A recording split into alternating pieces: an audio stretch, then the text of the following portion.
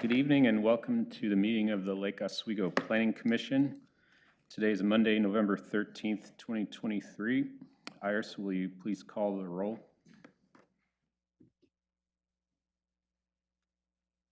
Philip, Stewart. Here.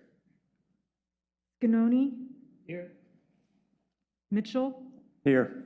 Rigby is excused. Najak. Here. Moreno is excused. Wing. And Councillor Afghan. Here. Thank you.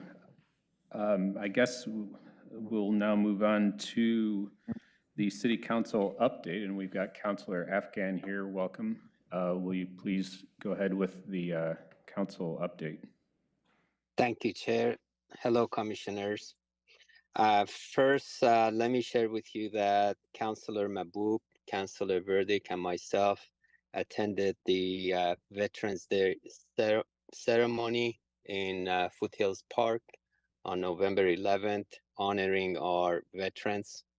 Unfortunately, Joe Buck, our mayor, was out of town and couldn't attend.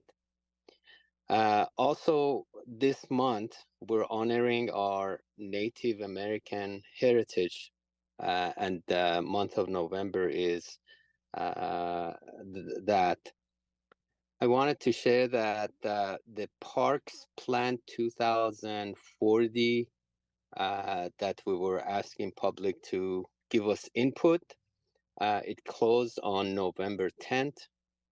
And we do have a nomination of unsung heroes that we're collecting nominations. It's open till December 1st.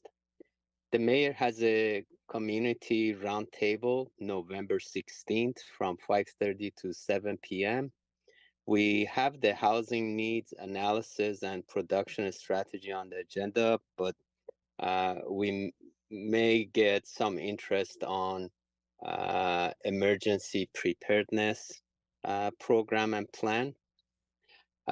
We are seeking input, stormwater facility and green infrastructure strategy from the public, and it's open till November 15th.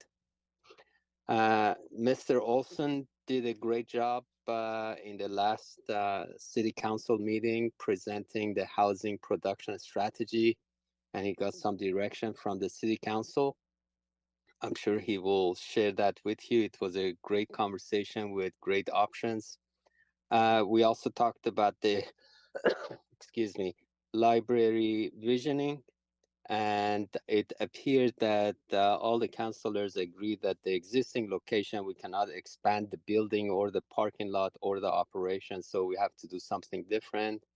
And last but not least, we had the LoRa meeting and discussed the North Anchor project, which the excuse me, which the developer has asked for another 6 months extension, which we approved.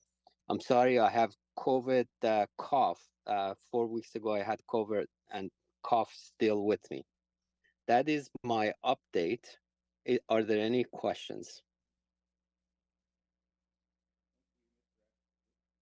Thank you, Mr. Afghan. Is there any questions from the commission? Sorry to hear about your COVID. I had a similar situation with a cough lasting that long, about a month afterwards, so hopefully it'll clear up soon. Thank you for the well wishes. Thank you so much. And thank you for your report. Looks like we don't have any questions for you. So we will... Thank you, Chair. If you don't mind, I will excuse myself. All right, sounds good. Have a good night. Bye. All right, moving on to the approval of meeting minutes. We've got 2 sets of minutes. The first one is from October 9th, 2023, and this was the meeting at which the commission had a tour of Merrillhurst Commons, and you have the minutes in front of you. May I have a motion or discussion, please?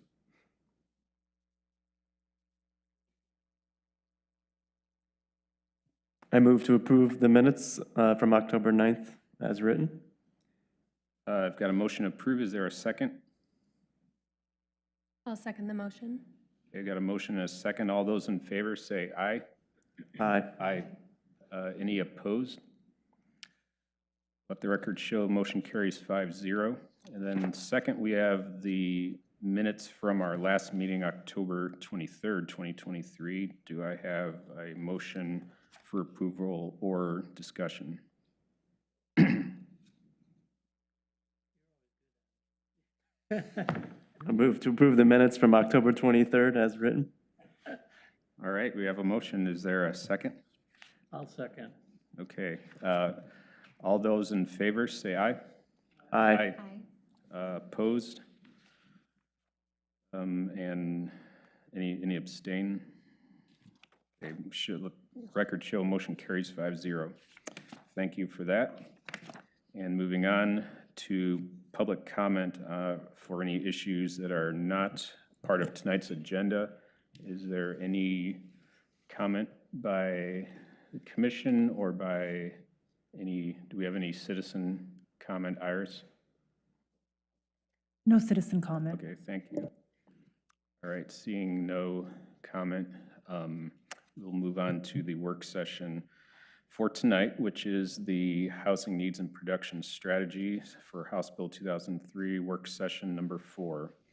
And this evening, the commission will receive a presentation with background about the housing production strategy requirements of House Bill 2003, including a summary of existing city policies and the highlights of recent stakeholder interviews on barriers to housing production.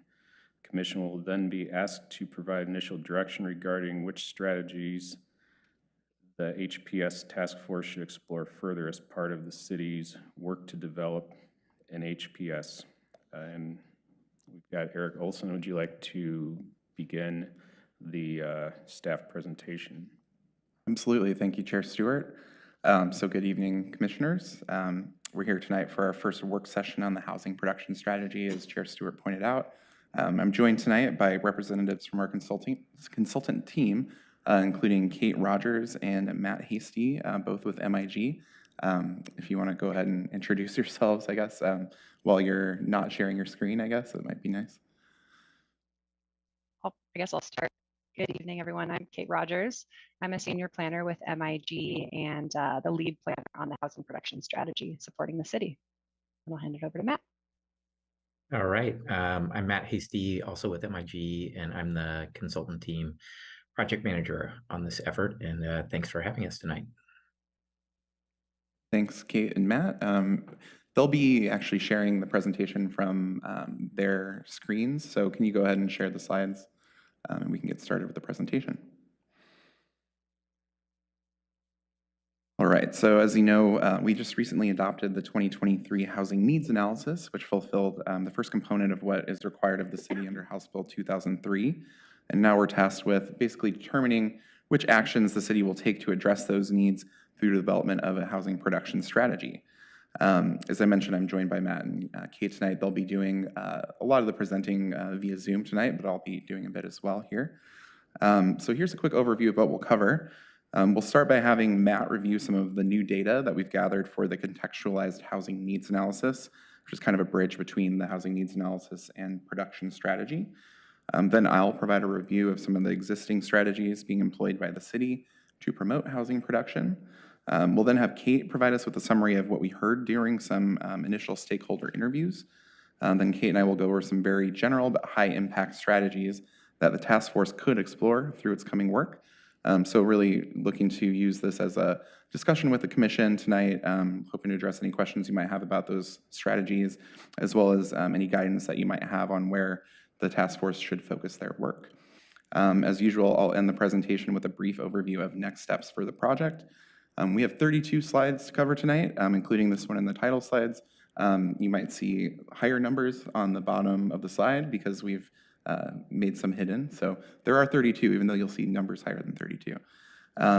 So yeah, I'll just go ahead and hand it over to Matt at this point to start telling us a little bit about the initial findings from the contextualized housing needs assessment. All right. Yeah, I'm going to review a few slides on data And I will say this is kind of a mix of new information, but also some of the information that we previously presented to y'all during the housing needs analysis. But as Erik said, this is kind of a bridge between those two processes. So next slide.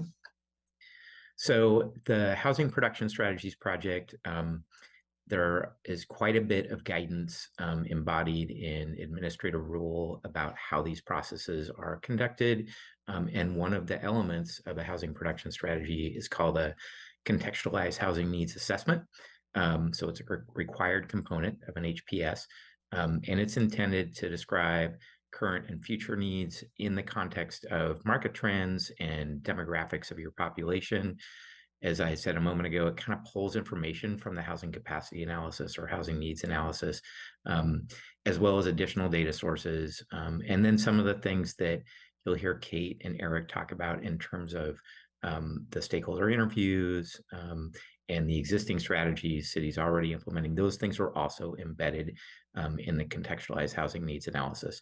And it's required to include information about a fairly specific set of different types of information or data. I won't read all of these sub-bullets at the bottom of the slide, but these are kind of all the things that we need to talk about or describe. And so I'll hit briefly on a number of these things. And again, some of these things we did already start to cover in the housing capacity analysis. So a little bit will be a repeat and some of it will be new.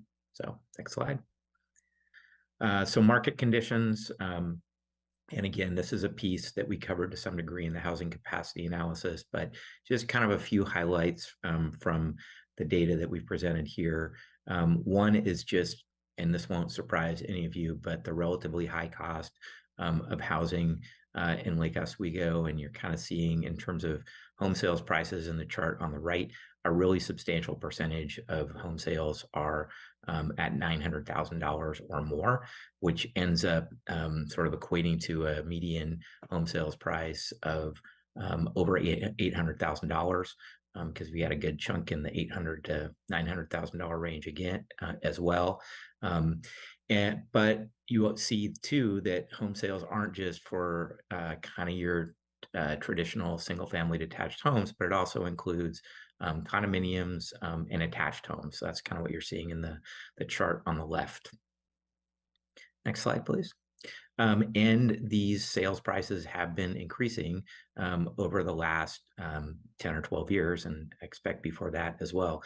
Not as much, between 2010 to 2012, but on a pretty steady increase since then. Kind of the steepest part of that curve was between 2019 and 2021, a little bit of a leveling off, but still a sort of slight increase 2021 to 2022.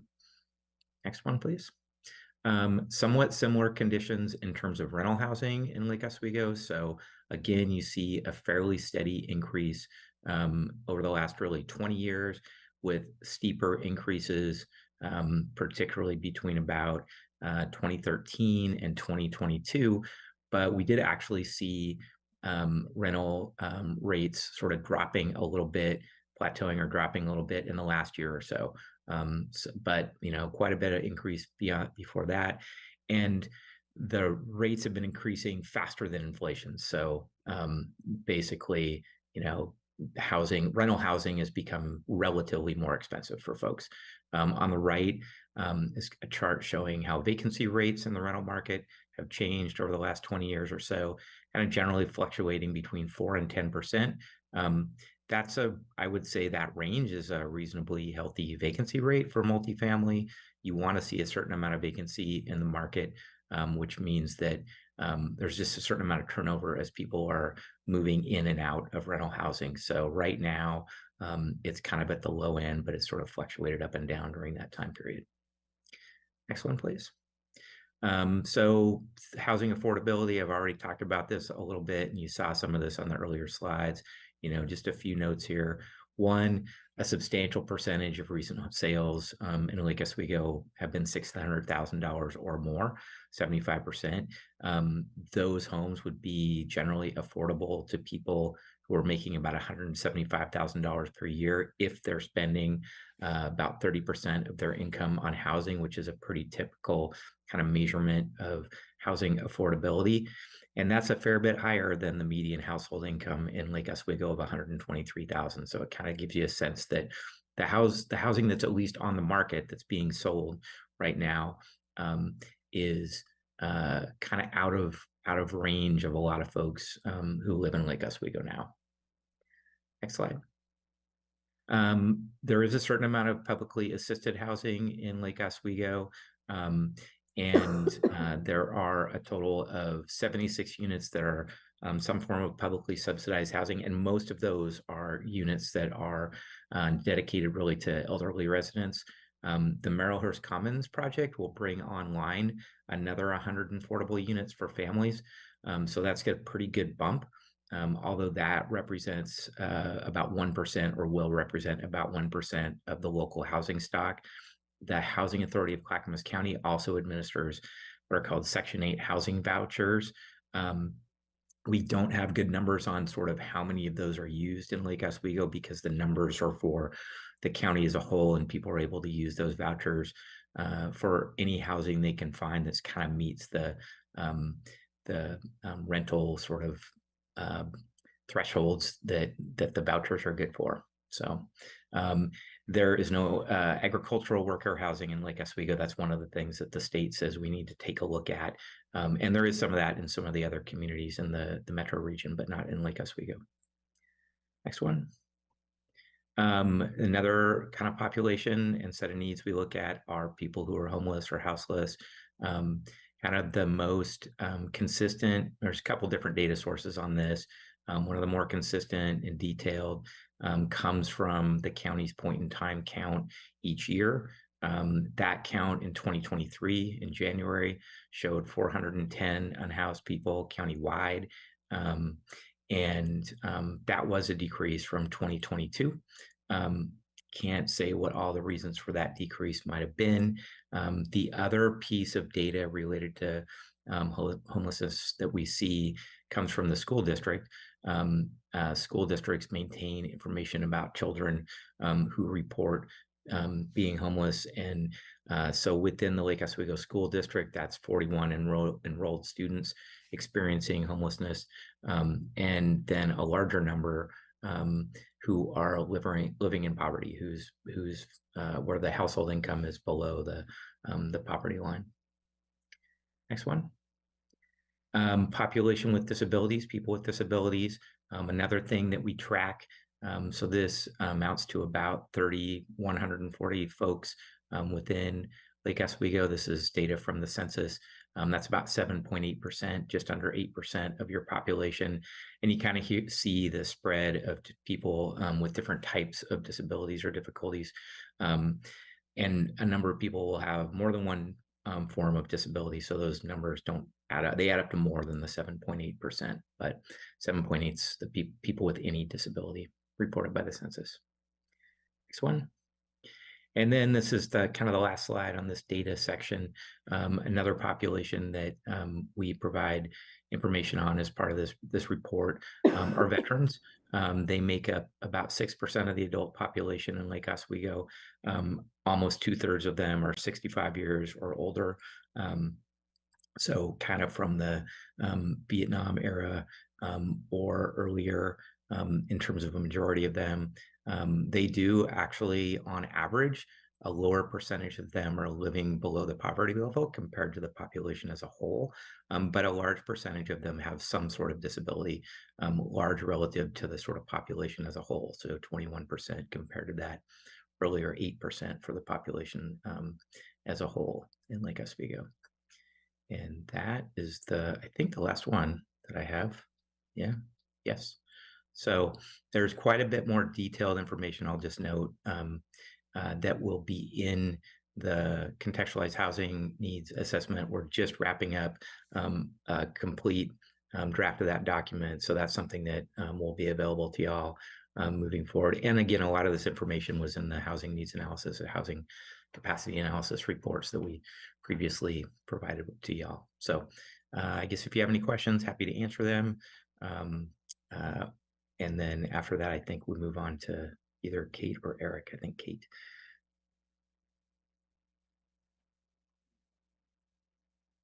Any questions for Matt or MIG? All right, well, I will pick up from there. I'm actually the presenter for the next few slides. This might be a bit of a review for some of you on the commission, but I'm going to try to briefly outline all of the different strategies that the city is currently using to promote housing development. Next slide. So as we know, the city is using a number of different strategies right now to promote housing development. We might find through the course of this project that it's appropriate to expand some of these or tweak them in certain ways to ensure we're getting the outcomes that we're looking for. Regardless, though, it's good to take a sense of the lay of the land and what we're currently doing so that we know kind of what to pursue moving forward. So we currently use a number of different zoning strategies to promote housing in the city. This includes a height and density bonus for affordable developments in some limited special overlay districts, including the Westlake Grove Design District and RDD zones, though those aren't really being utilized too much at the moment. We have flexible code standards for accessory dwelling units that we've enacted about 5 years ago. We also regulate short-term rentals in a way that really tries to incentivize accessory dwelling units to be used as housing. So we provide certain benefits to ADUs that sign a sort of covenant saying that they will not be using that home for short-term rentals. So yes, we also require that short-term rentals be a home occupation where a resident lives on that property. We've mapped mandatory inclusionary affordable housing zoning districts at the Merrillhurst Commons and Boones Ferry Road construction staging sites. So the strategy really that we've employed has been more specific to individual developments so far. So these are specific affordable housing developments that the city has been promoting in numerous different ways. So it really wasn't a strategy where the city said, we're going to map this inclusionary mandatory affordable housing zoning within the entirety of a zoning district. It was one where we sort of knew that there were specific designs for a particular project on certain sites and were able to get zoning approved for that specific type of affordable housing use on that site. So it's not something we've really used broadly as an incentive, but we have used it in a more targeted ways for developments that we had a sense were going to be coming online in a certain particular site. I just wanted to add in for the short-term rentals, you don't actually have to be on the site when that rental is occurring. So I just wanted to be clear that they just have to have that as their primary residence most of the time. So somebody doesn't have to be present. It's just a point of clarification, especially since we've had a lot of issues with the short-term rentals lately. So just wanted to clarify that. Thank you.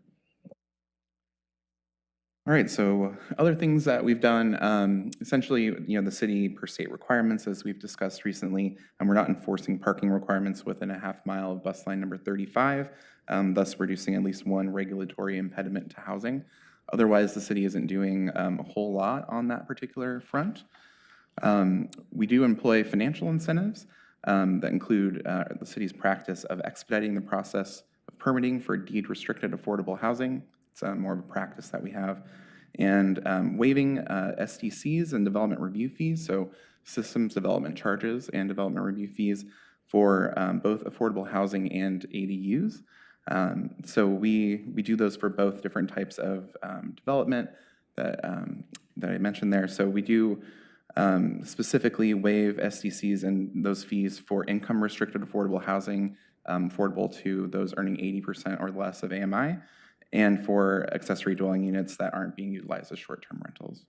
So just in terms of the SDCs that we've waived for accessory dwelling units, we've exempted about $388,000 so far since we implemented that program. Next slide.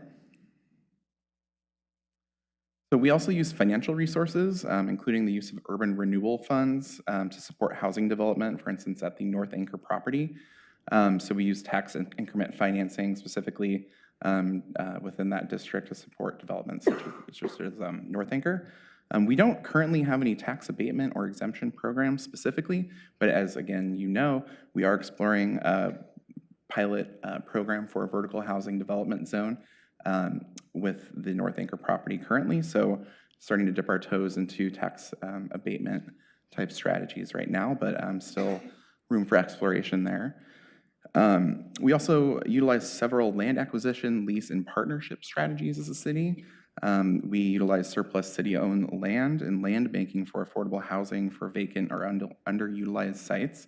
Most recently, the 1.4-acre construction staging property for the Boones Ferry Road Improvement Project.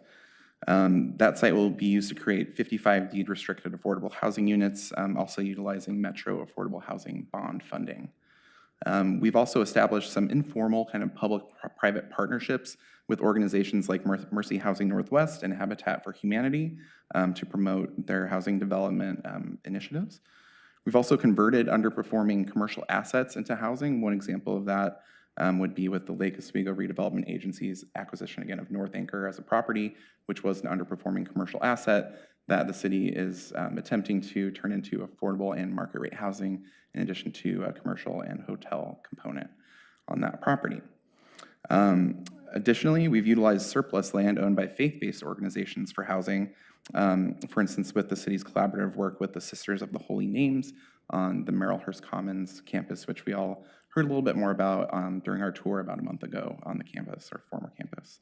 So as we're aware, this resulted in an agreement to produce 100 affordable units, but really, we were somewhat fortunate to find a partner in Mercy Housing Northwest that had similar sort of goals for that property and was sort of taking initiative on their own to meet these needs. So we are benefiting from that, but it's not something that necessarily the city directly initiated, if that makes sense.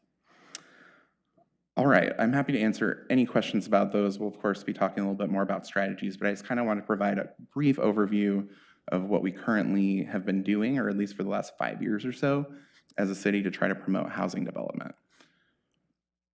Any questions? I have a point of clarification that you mentioned briefly earlier, but that when we say affordable housing in this context, we're talking about units at 80% AMI or below. Generally speaking, yes, but of course, there are a lot of these developments that we're talking about with, for instance, at the Merrillhurst Commons property that are going to be well under that. So I forget the exact breakdown, but some of them will be available at 30% AMI and some at 60%. So often we get at far below that 80% AMI threshold, but that is kind of what our zoning that we mapped in terms of the requirements that you construct a certain number of affordable units. That is what we require in the zoning districts currently. Great, thank you. And that's, or less, of course. So that's the less part has been utilized.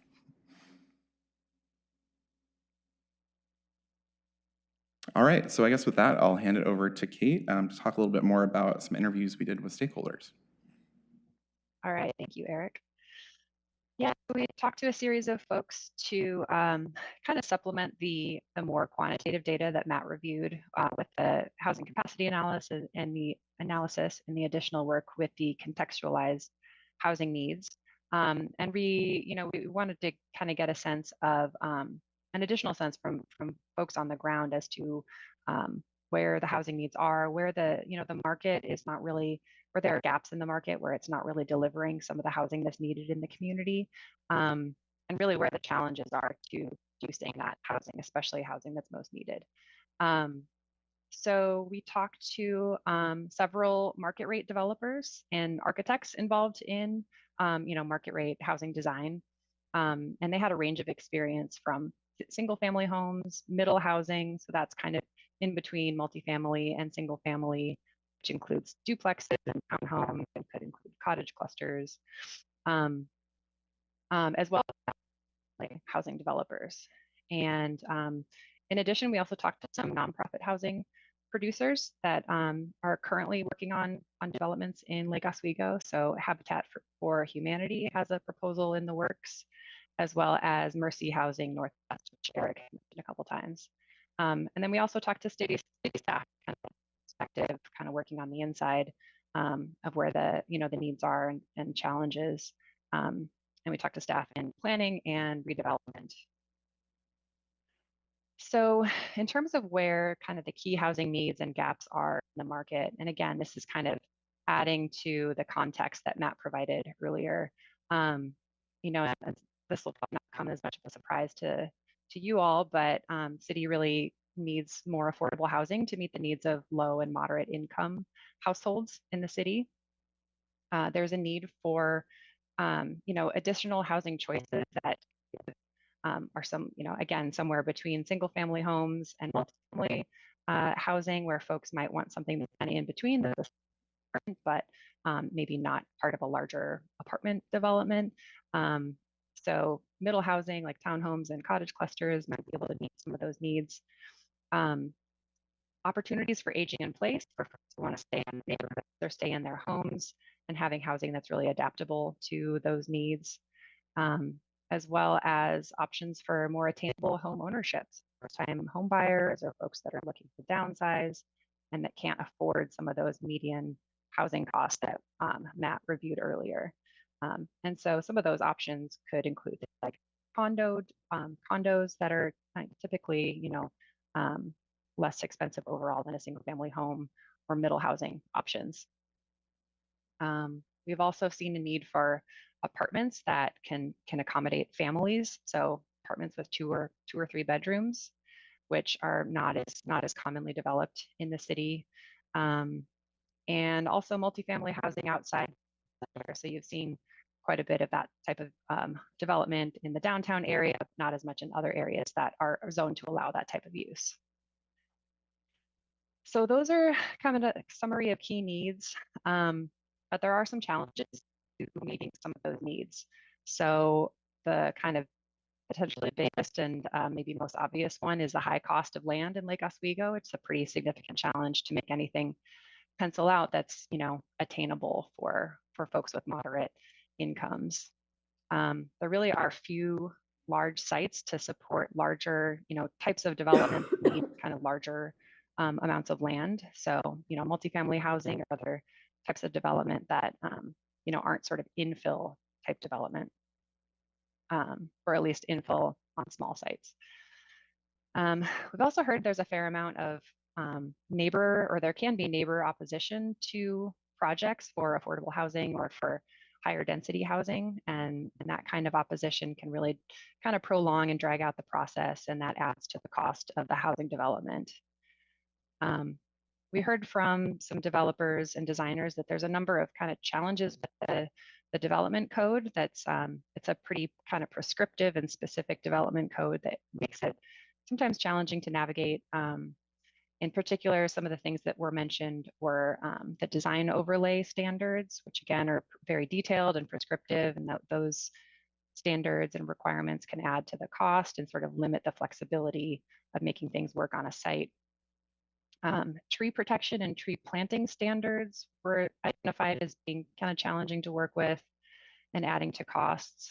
Some of the open space standards, in particular for multifamily housing, were identified as a challenge, as well as for middle housing, things like setbacks and other standards that can kind of make, especially infill middle housing, difficult and less feasible. And then kind of the city's overall review process was another thing that a couple of folks mentioned. So the design review process within design districts, again, can kind of add to time and the cost of housing production. Building permit review can also be maybe slower in Lake Oswego than in some other jurisdictions in the area. And then at least one developer mentioned that they often need to request multiple variances or kind of discretionary modifications to get around, again, those very prescriptive requirements that, you know, they can't always make their project work with, given kind of the limitations of a site.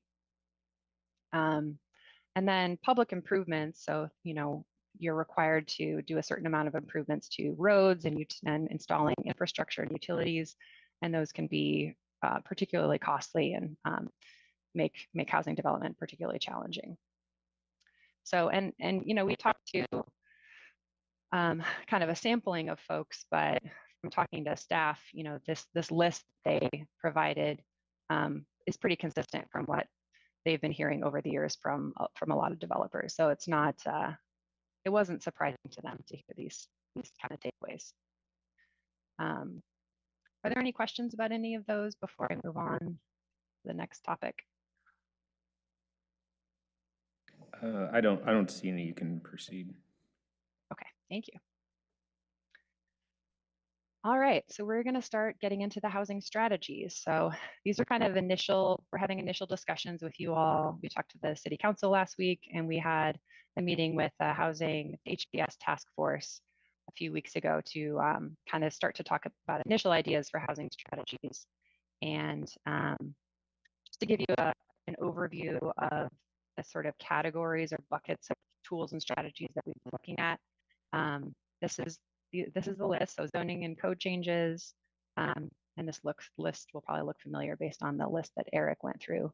So reducing regulatory impediments, financial incentives, financial resources, so, funding sources, tax exemptions for their own category, land acquisition, lease, and partnerships. And then the last category is kind of a catch-all for anything that the city could kind of come up with on its own as a custom option. So the kind of process that we've been working with so far is we kind of started with this list from the state, the Department of Land Conservation and Development, that kind of assembled a crowdsourced list of a lot of different strategies that cities could consider as part of strategies. There were 110 total strategies in that list. So we had a lot to kind of comb through and try to sort of filter some strategies out to narrow it down a little bit. So we did filter out some strategies that cities are already implementing. So Erik talked through some of those that maybe aren't applicable in Lake Oswego, or maybe wouldn't really work in the city. Some of them weren't even really authorized by the state, or it's not clear whether they would be legal in Oregon. And then we also used kind of our initial judgment to remove some strategies that we thought wouldn't really have much of an impact on housing production. So that got us down to a kind of a more manageable list that we talked with the task force about. And then the list that we're going to talk to you tonight, discuss with you tonight, is really kind of higher impact strategies that we think would have a meaningful impact on housing production, but they would also require some sort of council action. So they, something that the city would need to adopt or implement, or voters might need to approve. So they're kind of higher impact, but also maybe higher barrier strategies. And some of the lower barrier strategies we've talked with the task force about, but we're not going to really highlight tonight. Kind of group those into separate categories, and we can discuss those with you all down the line. But we really wanted to focus on, again, those kind of high impact strategies this evening. And just to point out that the city, as part of this required housing production strategy process and implementation, the state will need to approve the housing production strategy, and will be tracking the city's implementation. So the city needs to demonstrate that it's taking kind of measurable steps to work towards implementing the strategies. And it doesn't necessarily mean that the city absolutely has to implement every single strategy and achieve housing production per se, but the city does need to demonstrate that it's kind of making a good faith effort to work towards the strategies that it does include in the kind of final document. So that's kind of the preamble. And I guess I'm going to get right into it, unless anyone has any questions about the background piece. No questions at this time. All right, thanks. Okay, so there are 9, we're going to go through 9 strategies this evening. So the first one is zoning bonuses for affordable housing. So this would be kind of an expansion of an existing strategy that has already been implemented in the city. So Erik mentioned that the city already allows a limited height or density bonus for affordable housing developments in certain zones. That's the Westlake Grove overlay zone and the RDD zone. And the city also has a limited lot coverage bonus within the Lake Grove Village Center overlay zone. So this strategy would essentially, there are a variety of ways that this could be implemented or kind of tailored, but this would either increase the applicability of these current bonus opportunities, or so expanding them into more zones, or maybe modifying them to make them more effective. Erik mentioned that they hadn't been used a whole lot yet, but there could be a variety of ways to kind of expand on this. And the city could also consider other types of zoning bonuses, things like reducing open space requirements, or other ways of kind of encouraging housing development by kind of increasing flexibility and making it a little bit easier to meet some of the requirements.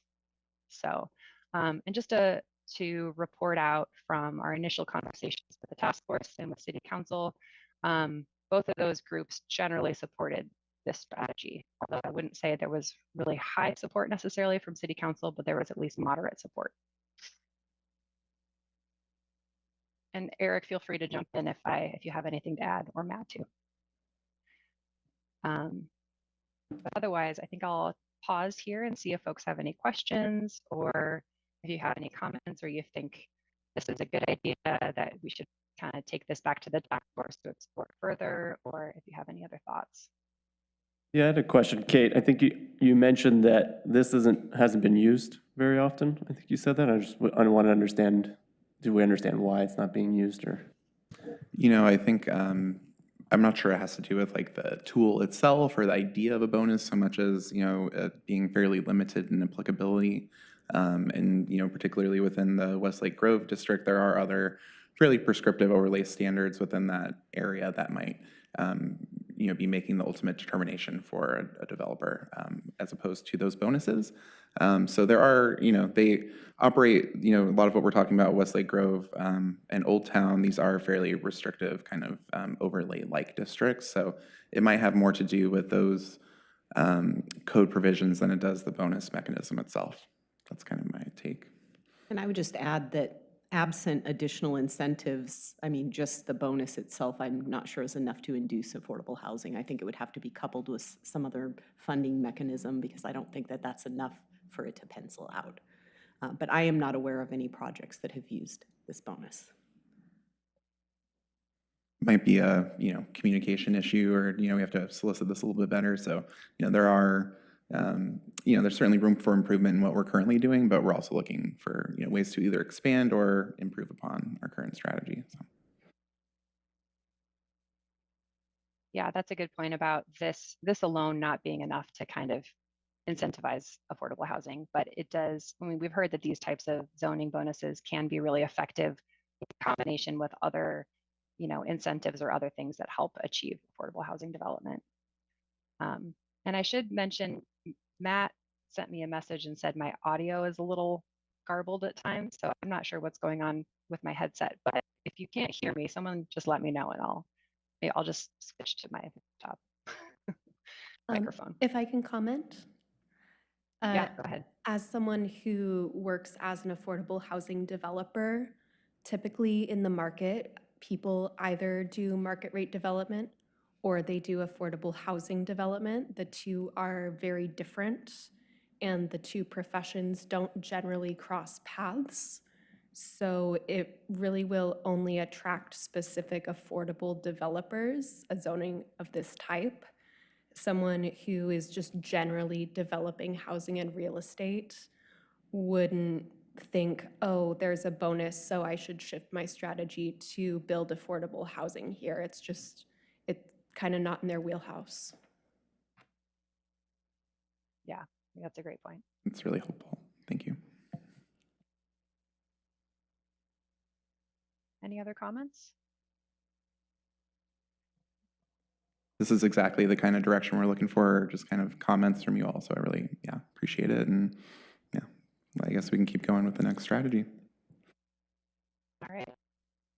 Yeah, again, let me know if my audio if you can't hear me. All right. Next strategy is the code audit and amendment. This is something that's already on the council's list to take a kind of a comprehensive look at the development code and really try to identify some of the processes and barriers that are kind of limiting housing development, making the process predictable and more expensive. So this strategy would really kind of work towards advancing that goal by working to identify and eliminate barriers to housing development. And this strategy could be kind of, adapted in whichever direction the city chose. But again, it would be a comprehensive look, but it would probably, in particular, work to identify procedural requirements, either standards or kind of process requirements that tend to add cost or delay to housing development. It would look probably at overlay zoning and design districts, because those have been mentioned by several stakeholders and developers as adding to just the time and cost that it takes to build housing.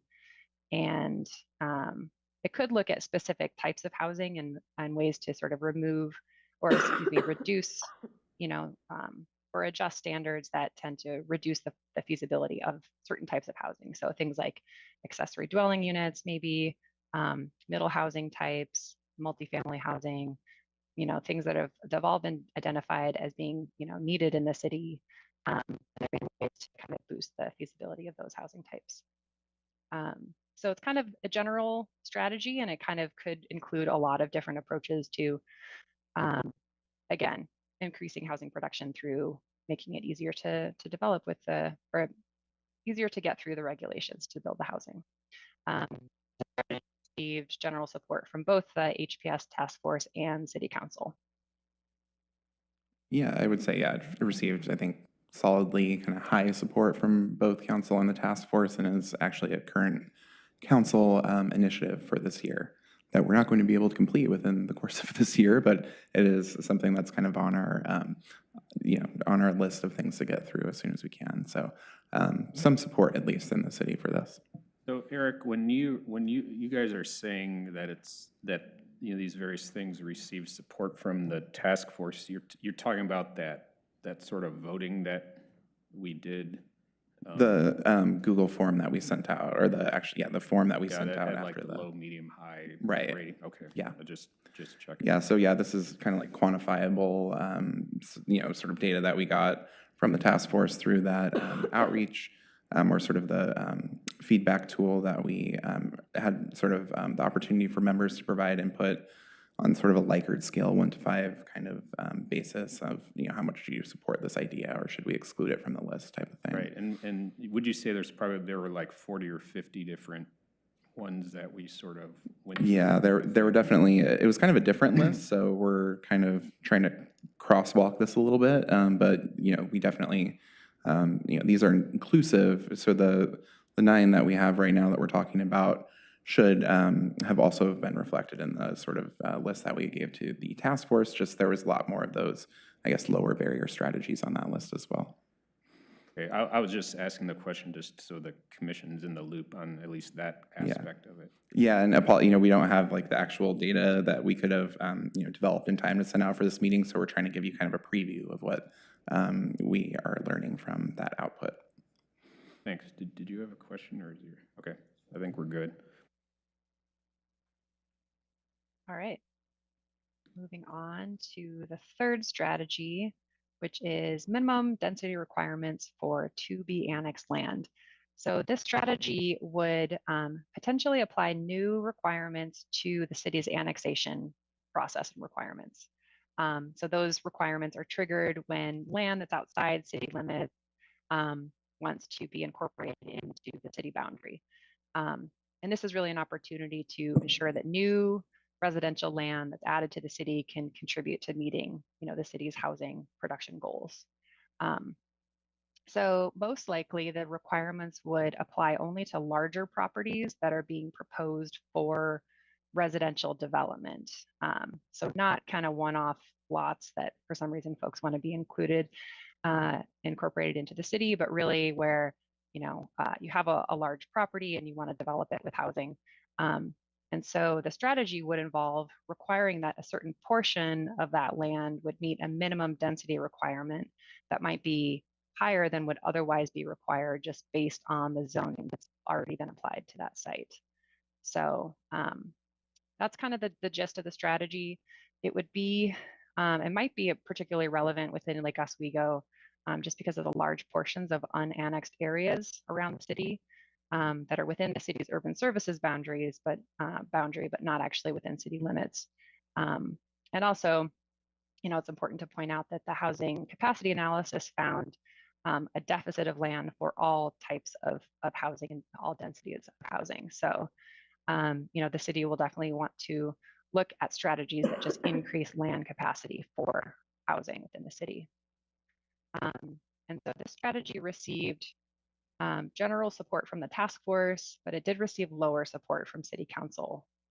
And I think part of that might have been maybe we didn't communicate it as effectively at the city council meeting. It's a little bit confusing. We did our best to kind of explain how this might work, but I'm not sure we totally achieved that. Erik, anything else to add to that? No, I think that was a good summary there. And yeah, I just would encourage you to ask questions because there might not be the most straightforward one here. Yeah, the thought that I had when I reviewed this one is I'm a member of the task force, and what I questioned was the challenge, if there'd be a challenge with public infrastructure linking to sort of something that might be a little bit farther out from the city but may have a little bit higher density, and whether that would be a challenge like for engineering. It's not a question, it's just a thought that I had. Yeah, I don't know if Kate or Matt, you wanted to weigh in there, but we would, I think part of the strategy is that if you are developing at a higher sort of, or a larger scale, I guess, if you do have a larger chunk of land and you are going to develop it with, not just one unit of housing, but a few or, a development, that there would be there would be a need to provide infrastructure to service that particular development. So there would be, for any property that's annexed in the city, we do have the power as a city to require them to hook up to city sewer, utilities, et cetera. It might be difficult in some of these areas to make that work, but there are still, there's a number of different strategies that the city could employ to, local improvement districts, whatever it might be, to ensure that the, infrastructure is provided. But yeah, you could see there being kind of, certain properties that are so far away from existing Lake Oswego sewer lines or something like that, that it would be kind of cost prohibitive to have the developer sort of pay to lengthen that sort of line to serve their development and sort of pay to really, for a main, a pretty large sort of chunk of utility infrastructure there. So yeah, I mean, I guess there is I'm trying to say there's an opportunity to have the developers in this circumstance provide that infrastructure, but it could be at the same time a bit cost prohibitive as a result of that. I would just add that sort of on the flip side, I would agree with Erik that it would be incumbent on the city to make sure that infrastructure can be extended, right? And on the flip side of it being costly is that if the density is higher and there's more housing units to spread the cost over, then it actually might reduce the average sort of cost per unit to provide the infrastructure. So that would be maybe another way to think about it in this case. So yeah, kind of could have some upsides or some downsides, I think, depending on location of property, location of the nearest connections, and how many units are helping pay for the cost of the infrastructure. And it's probably as much of a timing issue as anything, because you're generally going to, if somebody has to extend facilities farther and through property that's not theirs, then there's generally going to get some kind of reimbursement for the portion of the cost of extending the facilities for a longer distance than they would have otherwise needed to if the connection was closer to their property. So it's kind of a complicated, potentially complicated equation, I guess I might say. Absolutely, and I guess the other thing to point out here is that, of course, single-family homes can annex as well, and that would also, if it's not close to services, they would also be required to extend those services for those developments. So I think this is more, if we are going to see annexations in these areas, do we want to step in as a city and say, we want to make sure that this is kind of the type of housing that meets the needs that we've identified as a city, whether it be, higher density development, middle housing, aging in place type appropriate housing, whatever it might be. Can we implement this requirement as a city to shape this a bit more to meet our needs with annexation? Go ahead. Eric, I had just a tactical question here. So what I'm looking at is all the kind of the warm gray outlines. Those are all areas that you're talking about, right? Yes. Essentially, there are a number of these areas that are within the city limits, if you will, but they're not officially incorporated within the city of Lake Oswego. So those gray areas that you see are areas within the city that are technically unincorporated Clackamas County, even though they're within the boundaries of the city. So it's a bit, it's a bit of a unique component of Lake Oswego. We do have like more of this type of land than some other neighboring jurisdictions, like West Lynn, for instance. And you'll notice that they're in areas that are sort of on the north of the city, on the northwest, kind of in the Birds Hill neighborhood, Lake Forest, sort of the southwest over down near Childs, et cetera. In Rosewood, yes. And what's in some of these areas currently? Well, it kind of ranges. There are some, there's some housing that has been developed at county densities. It was developed, under the county standards. And there's other properties that are not developed, that are just large, undeveloped tracts out in that area. And, you could sort of assume that it has something to do with the lack of infrastructure, why they might not have developed, particularly, ones that are closer to Portland, a little bit closer to the center of the region. But yeah, I think for the most part, a lot of these properties, the city has had long-standing discussions about how to approach annexation. And, I think there were some initiatives to try to annex larger portions of the city in certain, a couple of years back. And it's not always received well. I think, for instance, with Southwood Park is what I'm thinking of. We're working with residents in that area who had some interest in sort of annexing the sort of larger chunk of land, not just sort of individual properties, but it did go out to a vote and ultimately it was not approved by the voters. So there are challenges doing it on a larger scale. And yeah, I think it is just kind of this issue that we've been struggling with as a city for a little while, how to provide service to these areas, ensure that they're not, operating on septic and, leaking out and, causing environmental issues and things of that nature, while still, acknowledging that we have a voluntary policy. So I forget exactly when the study was conducted, but we did a study at some point that showed that it would take something like 500 years through our existing voluntary annexation policy to actually bring all of the land within, the current sort of service boundary within to the actual city services. So within, to incorporate those areas. So I think, it's something where, it's been happening very slowly, but there's a lot of opportunity. I think that's the ultimate sort of takeaway here is that we're not quite sure what to do in these areas, but it is kind of a unique component of Lake Oswego that could present an opportunity. Last question, and I could be wrong on this. The Inglewood Drive, isn't that where Street of Dreams is going to be putting in big homes this coming year? No, that is proposed on Goodall Road. And those Okay. are in on incorporated lots, although they were recently annexed. Okay.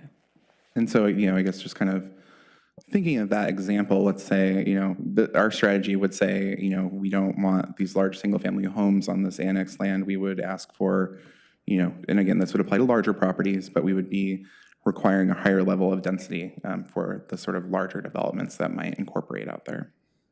Okay, thanks. Can I jump in and ask a question? I just want to make sure I understand sort of the density component of 3 versus the density component of 1.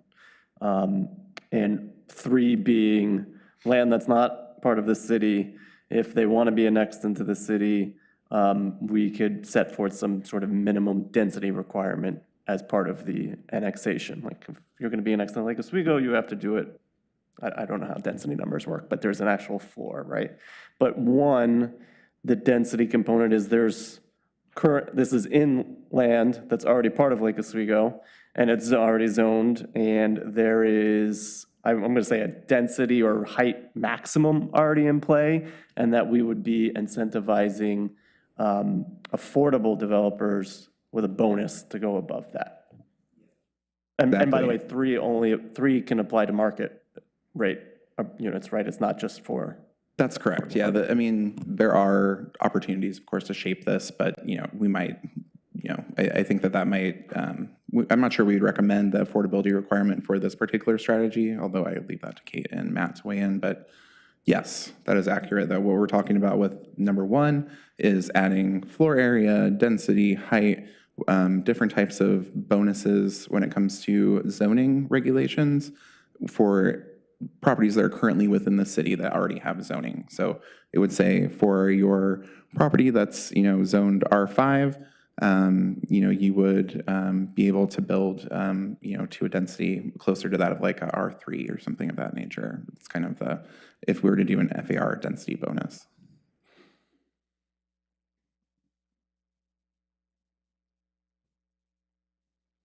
Any other questions that popped up throughout the discussion here? I think it's helpful just to kind of unpack this a bit because, it's maybe not the most straightforward, but yeah. I think some context would be useful for what increasing minimum density looks like. For instance, does that look like having a lot where you have one very large home versus a lot where you have two modest single-family homes being built versus, I think maybe people are thinking single-family home versus apartment complex increasing density. Right, and I think I'd clarify first that we're looking at larger properties, I guess, so we would want to, I think we would probably, if we were to do this strategy, have it apply to properties of a certain size that are being annexed within the city.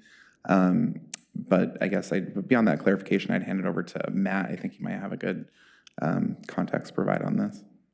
Yeah, I don't think we'd be talking about it being a minimum density where to hit that minimum density, you would have to build multifamily or apartments. I think it would be likely a minimum density where you would build some kind of mix. It would either be individual homes on smaller lots or some kind of mix of small attached and some homes on individual lots and maybe some multifamily. You don't have to have like a ton of, frankly, multifamily or apartment development to really bring the density up because it's a lot of units on a smaller piece of ground. So we don't have a specific number in mind, but I think the goal would be to create a mix of housing and use the land and the capacity that you have, frankly, more efficiently, in part given what we found in the housing capacity analysis around a deficit of land for kind of all types of housing, but especially for higher density housing.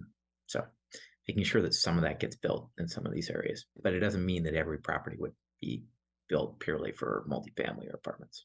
Yeah, and that's part of the sort of beauty of the minimum density is that you could have some single family and then make up for it with some other middle housing elsewhere on the site. If you have a large enough property, you could have kind of a mix of different types of housing that ultimately accomplishes a pretty high overall density. So I guess the short answer is it doesn't have to be apartments. That's correct. So it could, to clarify and follow up on that, it could be just a small bump up from what we normally think about of like a single family neighborhood. It wouldn't be a substantial change. Yeah, I guess I think that it could be, yes, a bump up. Again, this is something that we can shape. So we can say, we want to see more densities that are, middle housing. We could say we want to see a mix. We want to see, you can include multifamily housing as long as, you've met that minimum density level. So there are different approaches here, so I don't want to necessarily say that we want to completely preclude that. But I would say that I think the best approach would be to incorporate a different mix of uses if we were to sort of look at something that would involve multifamily. Something like Mountain Park, I guess, is a good example, where you have a wide variety of different types of housing in one area that is fairly dense, but sort of has a certain character to it and includes multifamily, attached sort of middle housing types as well as single family. So that, if that answers your question, that's more kind of the overall idea here. But we could, of course, take your direction and say, if you're saying multifamily is not appropriate, then we can take that direction, of course. Yeah, thank you. I think that maybe some of the hesitancy is people thinking about pushing it too far in one direction. That's helpful. Any other questions from the commission or anything to add from those on Zoom? All right, I guess it's time to move on to number 4. All right, here we go. The next strategy is rezoning land. So again, thinking about the findings of the housing capacity analysis, we have a dearth of residential land in the city. So one potential approach to providing more residential land is to rezone land that's currently zoned for non-residential uses. Again, this strategy, this is a high-level strategy. It's not something that the city or we have looked at for specific areas, but it's really just kind of a general strategy to see if you all are interested in considering this. Again, yeah, just rezoning maybe commercial zone lands, potentially industrial zone lands, potentially mixed-use zones. It would be really important to consider that the city also has an obligation to provide lands for employment. So that would be something that we would need to kind of balance out and thinking about what types of areas would be appropriate for rezoning. Yeah, so this strategy would need some further evaluation. So it'd be kind of more of a recommendation to study it further as part of the implementation of the strategy. The strategy did receive very high support from City Council, actually, and also received support from the HPS Task Force. Any questions about this one? I kind of hit it at a pretty high level. Yeah, I guess I would just kind of share, just kind of as staff, we know that there are several opportunities, particularly within some of the commercial zones that are actually mixed-use zones in the city. So like our CI district, things like that, where they allow both commercial and residential use, but there could be a lot more done to sort of facilitate multifamily residential development on those particular properties. They don't really work for residential, even though it's technically allowed on that property or in those districts. So that's kind of one area where we could focus, is areas kind of out closer to the freeway in the sort of employment areas that we currently have zoned that are technically mixed use, many of them, but just don't really work for housing.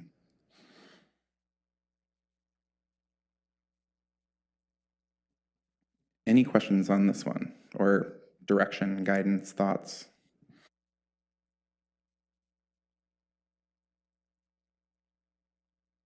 It's of course very broad and could involve things like a zoning bonus, I guess, if we were to go in and rezone. So we can include, I mean, it's a more kind of umbrella type strategy than some of the others we've. I do have one question, I guess, or clarification. My assumption is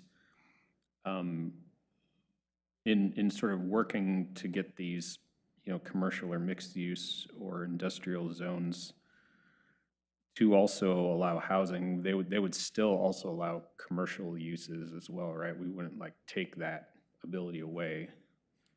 That is our thinking, yeah. Okay, good, good, yep. So they'd be truly mixed use zones, more mixed use zones. That's right, yeah, I think our thinking would, a lot of these districts are kind of set up primarily for office or industrial, sort of certain types of maybe retail, commercial, but a lot of them, do allow residential to a certain extent, just not really in a form that makes sense for like the size of these properties or the types of housing that would pencil out on those sites. It's a pretty low lot coverage, for instance, that makes things really hard to construct in some of these areas. things that might have worked for like commercial office development when those were being constructed, but really aren't suitable to modern kind of multifamily housing development. I have a question on when we did the tour of, was it Merrillhurst? Is that zone just for residential, or I think they had to get a special variance, and I know where it was, but is that zone just for residential, or was it mixed use down there? And I'll give you the context of my question, because when I was down there, and it's great to have, I think, 100 units of affordable housing, it's also, we talked about how it's down the hill, and there's really, if the residents there need to go anywhere, they got to go all the way up the hill just to go to the store. So in my mind, I just kept thinking, mixed use would have been great here, some sort of, retail component around here. And I'm just wondering if that was thought about or discussed in Merrillhurst and it didn't apply, or if the zoning didn't allow it, and then extrapolating that to the broader things here, which is if we're talking about, for example, annexing lands sort of outside the main areas of the city, in my mind, I'd want to have mixed use so that the residents don't have to drive 10 minutes just to go to the grocery store. And I'm wondering if that has fit into all of this.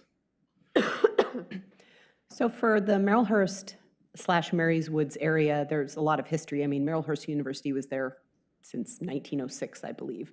And so really the whole zoning for that area was customized for the Merrillhurst University use. So it didn't really envision residential, other than obviously dorms and that thing supporting the campus use, and also didn't allow retail other than maybe incidental things just to serve the university students. Of course, now that the university is gone, the sisters, it reverted back to their ownership, and they're kind of deciding what to do with it. They're using it mainly for nonprofit office type uses. And then of course we had the code change that allows multifamily. But that is a great zone in which we could revisit the zoning on that now that that use is gone and the campus zoning doesn't really apply to it anymore. Right next door in Marys Woods, that was set up, it is mixed-use residential, and there is commercial there. It's not a lot, but there is some supportive commercial uses that are allowed in that zone. But certainly, yeah, I mean, you could look at it broader than just the residential if you wanted to, but obviously for the housing production strategies, our primary focus is the housing. But there are other supportive uses that could be allowed in that Merrillhurst area. But probably not the retail you're looking for, at least not right now. Yeah, I guess my thought, thank you, Jessica. I guess my thought was, does having the retail components make it pencil better for developers and therefore incentivize them to provide more housing?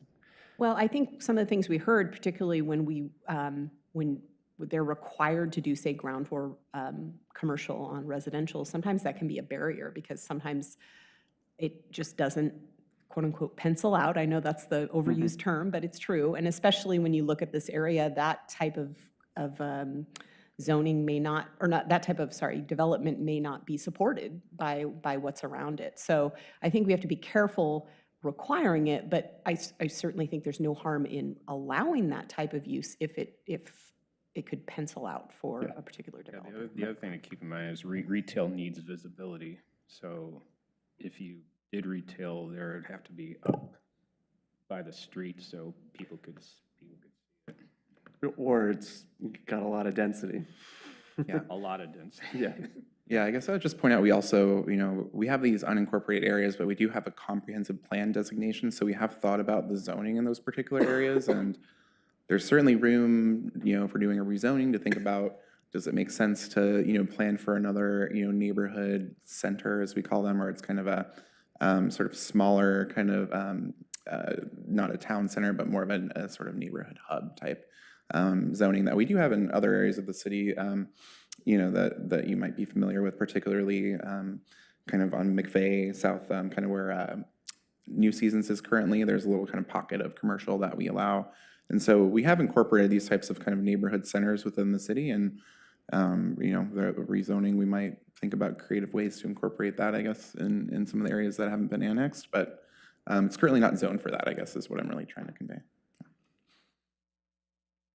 So that would be another kind of aspect of rezoning. We could look at zoning in unincorporated areas as well. Matt and Kate, anything to add here? Nothing from me now. Neither. Thanks. All right, any comments, thoughts before we move on to number 5? One comment I would offer for your question about the office, retail, commercial space, that is largely market specific to a property about whether it helps pencil or not.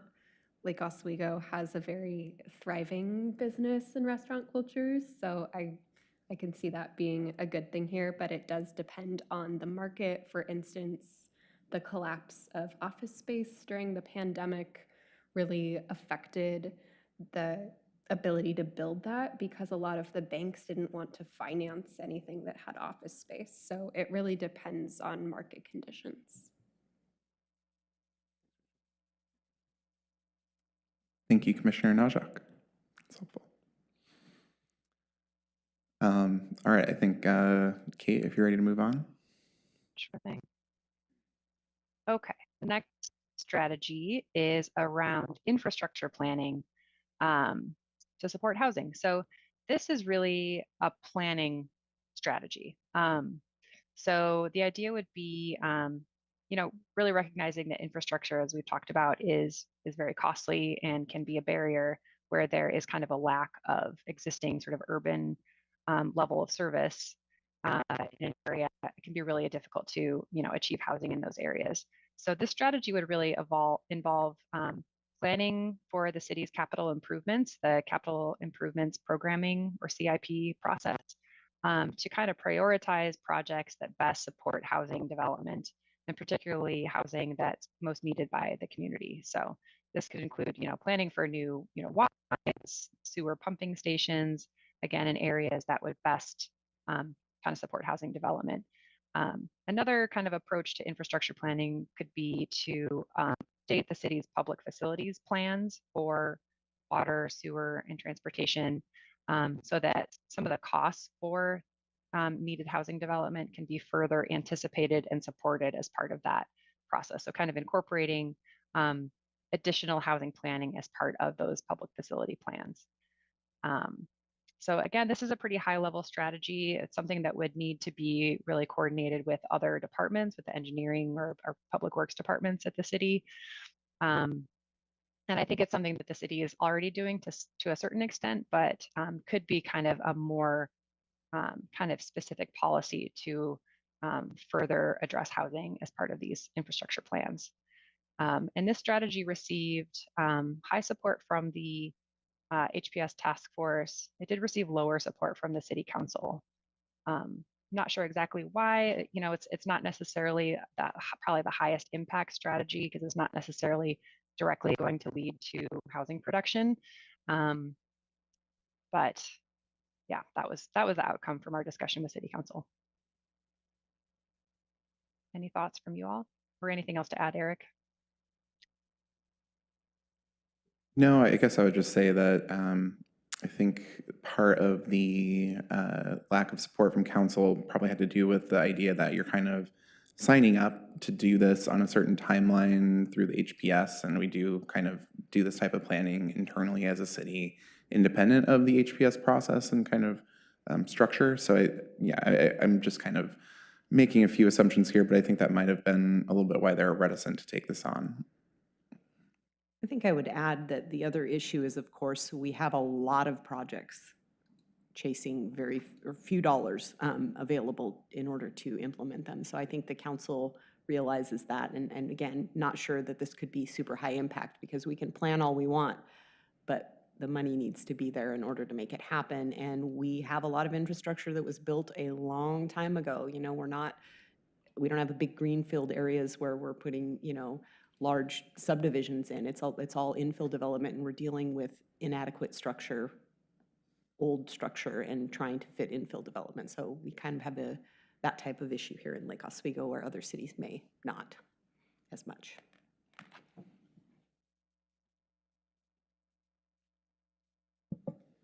Any questions from the commission on this one? Any thoughts? All right. We can move on. I don't know if you want to have Commissioner Scanoni. It looks like you got something to say there, but All right.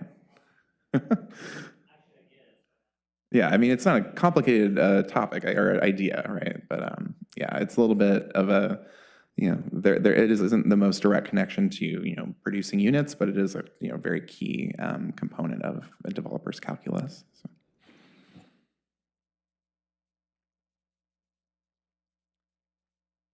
All right, I guess with that, we can move on to number 6. Just as a reminder, we have 9 in total, so we're getting through them.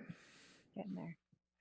All right, the next one is relates to systems development charges. So these are fees that developers pay at the time of development that help pay for future capital improvements, infrastructure, water, roads, as well as things like parks. And they're based on the developments, intended to be based on the development's impact on those shared systems. So this strategy would involve updating the city's SDC fee schedule to be tied more directly to dwelling size. So this would kind of make a better connection between the size of a dwelling and its impacts on these systems. Because smaller dwelling units have fewer occupants typically, and therefore will typically have lower impacts. They'll use less water, have fewer cars on the roads, things like that.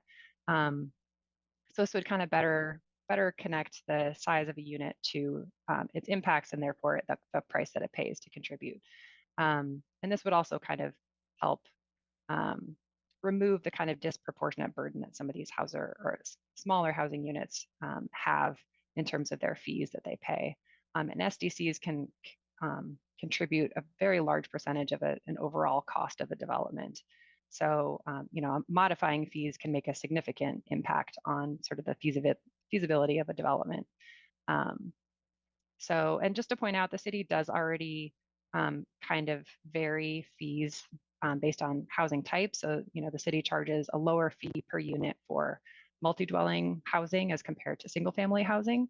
But the city could consider, taking a larger look at the fee schedule to help encourage things like smaller single-family homes or, middle housing types to kind of have a scaled approach. And I should point out that the city is also updating the Parks Master Plan currently, and we'll be taking a look at Parks SDCs, and we'll probably consider scaling those Parks SDCs based on dwelling unit size. That's something that the city is kind of already thinking about specifically for parks, and it could be something that it could take a broader look at. And this strategy did receive support from both the task force and the city council. So it seems to be of interest to some folks in the community. Any questions about this one or thoughts? No questions, but I support this strategy. I think it's well thought out. Thank you. Yeah, I guess I'd just kind of piggyback on that and say I think this is probably the issue that there's the most overlap between the task force and council on.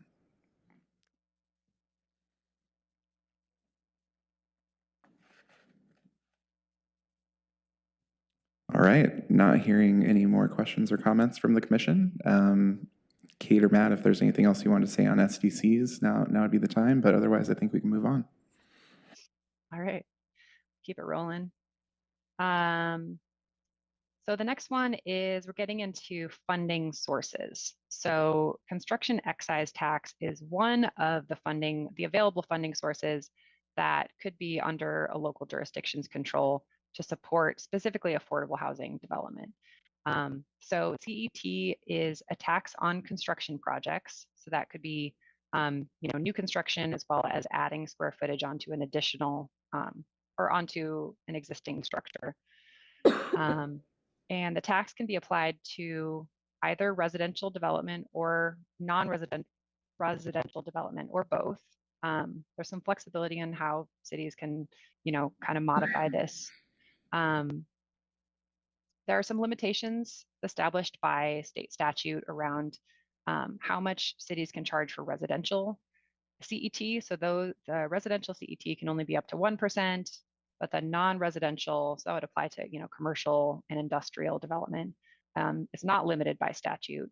And the city for residential CET, there's kind of some minimum requirements around what types of programs and incentives cities need to kind of apply those funds to.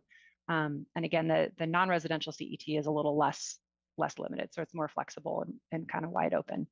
And there are some ways that the city could tailor a CET to, especially to not preclude the type of development that it wants to encourage. So affordable housing development is already exempted under state statute, but cities also could exempt certain housing types that it would want to encourage. So things like multifamily housing or smaller housing units, or the city could choose to kind of exempt housing altogether and just apply it to non-residential projects.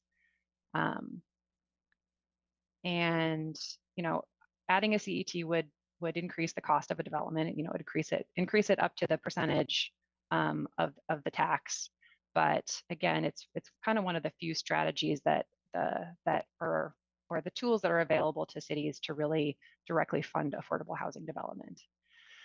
And I should point out that this strategy was supported by the Middle Housing Code Advisory Committee as part of the House Bill 2001 code update process as a tool to produce affordable middle housing specifically.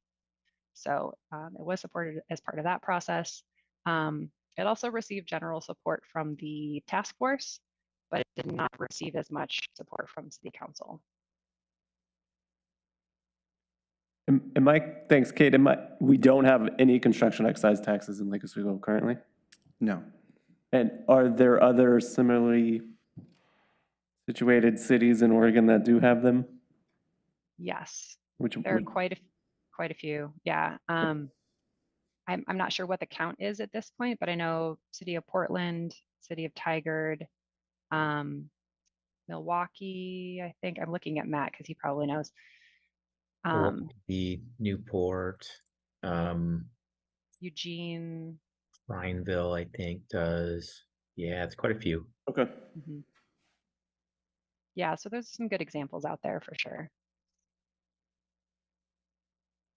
And they do vary in terms of the amount of tax they assess. And then, as Kate said, the CET can be applied to residential or commercial and industrial or all of them. And you can choose sort of, how you apply it. And you can also exempt certain type. If it was applied to residential, you can exempt certain types of housing from it. So there's a fair bit of flexibility in how it can be applied, although there is, that 1% limit on residential. And there are some requirements in terms of what the revenues need to be spent on, and a portion of that is what's called development incentives, which includes things like reducing SDCs. So there's sort of like a fair bit of flexibility, but then some specific requirements around how you spend the money. Got it. Thank you.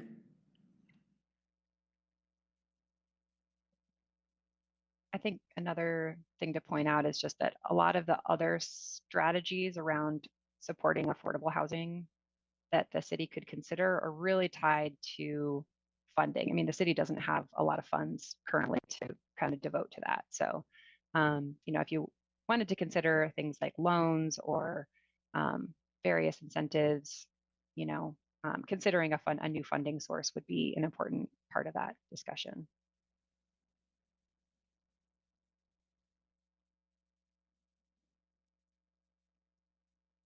A quick question. Does the county already have a construction excise tax? I don't believe so.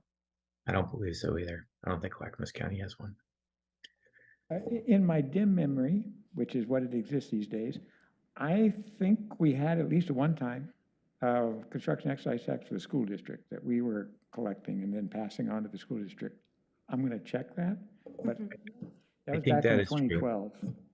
Yeah, I think that is true.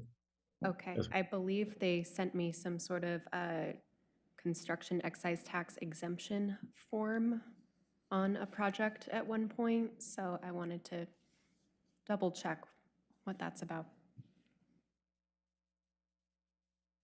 Might be Metro? I'm not sure. Yeah. Yeah, it was in talking with the Clackamas County Tax Assessor's Office. Huh. Okay.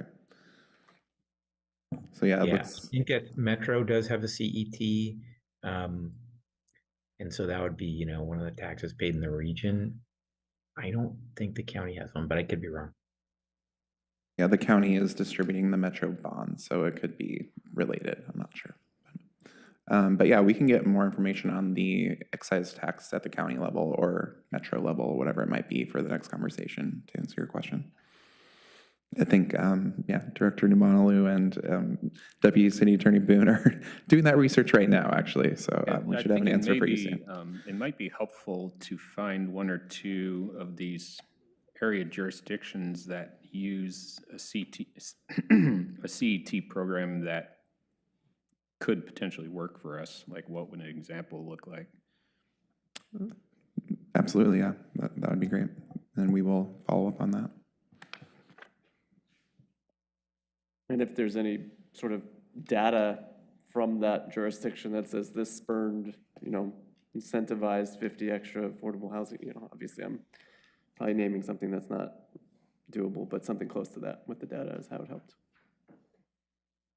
Absolutely.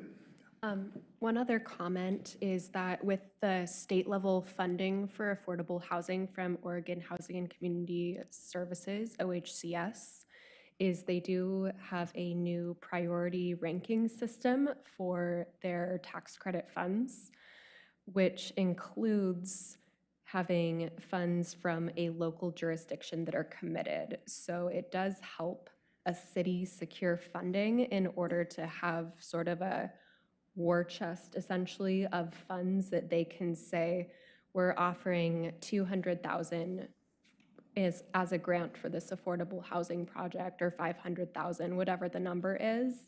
It helps secure the entire funding package. Yeah, that is a really good point.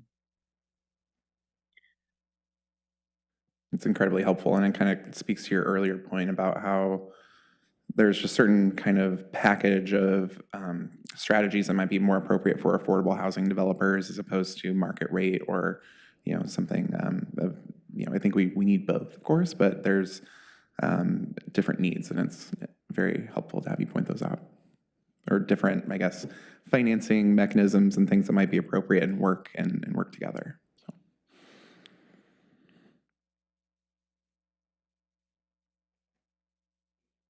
Kate or Matt, anything to add?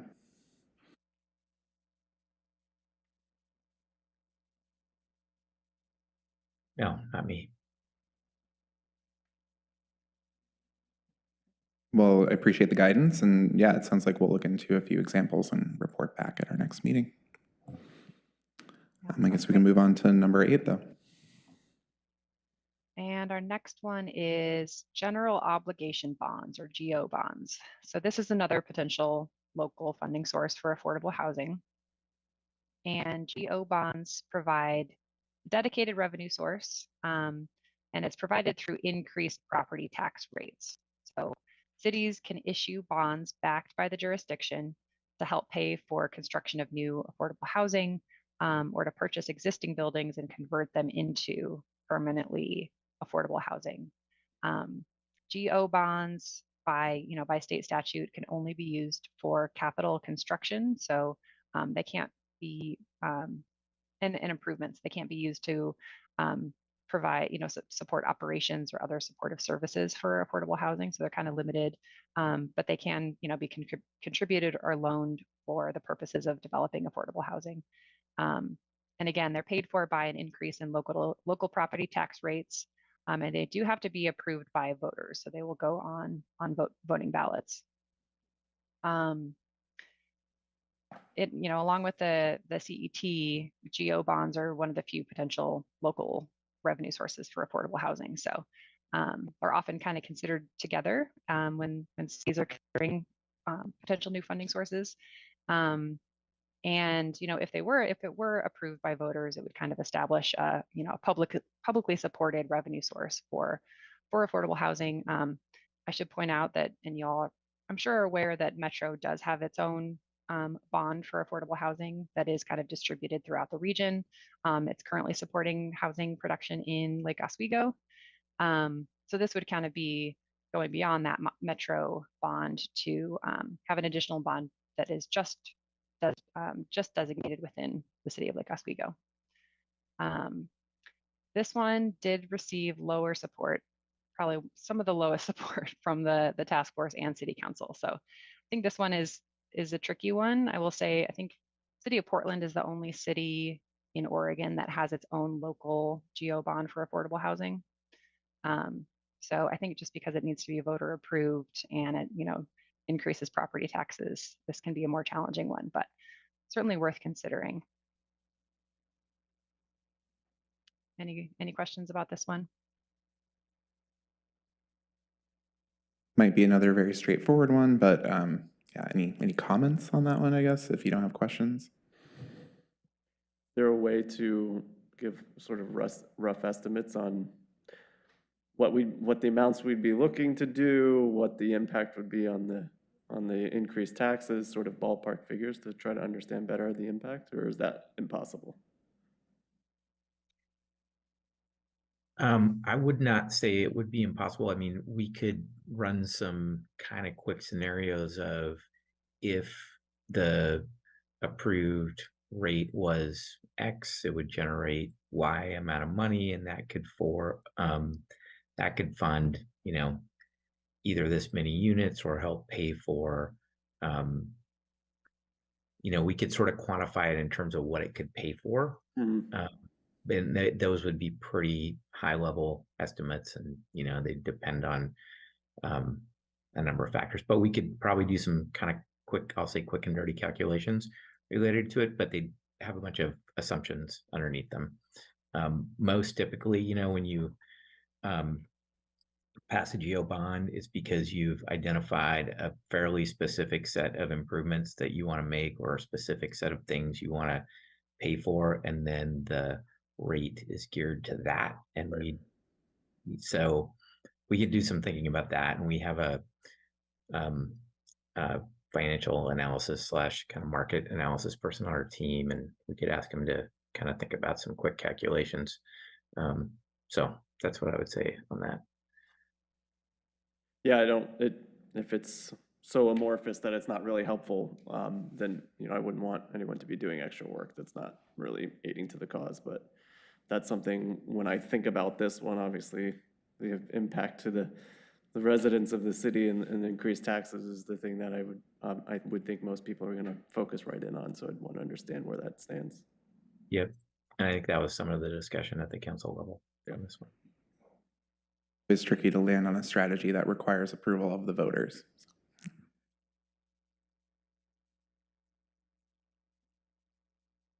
Any other comments? I don't know. Commissioner Najak looked like you're about to say something. Scanoni? No, Okay. I'm good. I agree that I don't think this is maybe the strongest strategy. That's helpful. Well, I guess I have a question now. Are we ruling things out? Are we focusing? Is the goal at the end of all of this to be like, these are the two we think we should go with the recommendation? I guess maybe understanding the matrix of what we're trying to achieve here. I think, and Eric, you can correct me if I'm wrong, but I think the purpose of the work session tonight is just to gather information, hear what this is about, and then gather more information and to make a decision sort of at the public hearing level, right? Well, yeah, I think we want to gather some information. Eventually would be good to provide the task force with some direction on where to focus. It doesn't need to be super specific. I think we've gotten a good sort of reflection of your thoughts on these strategies in relation to the other input that we've gotten from City Council and the task force. So essentially the idea is to kind of look at your input in combination with the other input that we've got, and then identify areas of overlap for the task force to, I guess, hone in on further. So that's technically what we're doing, just trying to answer questions and get guidance from you, but you don't have to make specific decisions on, yes, definitely do this, yes, definitely do that. I think we're just hoping to identify areas of overlap. But I think, you're right, with respect to trying to prioritize some of this in terms of what's likely to be something that could work versus something like option 8 here, which if it goes to the voters is probably not going to work, which Kate, you already kind of, referenced. So I think it's a little bit of some maybe somewhat come off the table just for sake of clarity and sort of getting a little bit easier to get your arms around all of this stuff? Absolutely. I think the fact that we've not heard anybody super strongly in support of this on the Planning Commission and did not hear much support from the task force or council is kind of gives us a sense that this isn't where we should be focusing our attention. So it's always hard to say we're like excluding something from the list because we might get down the road and say, well, we have a lot of ideas that require money. So we might have to come back and think about strategies that actually involve the use or the sort of generation of a revenue source.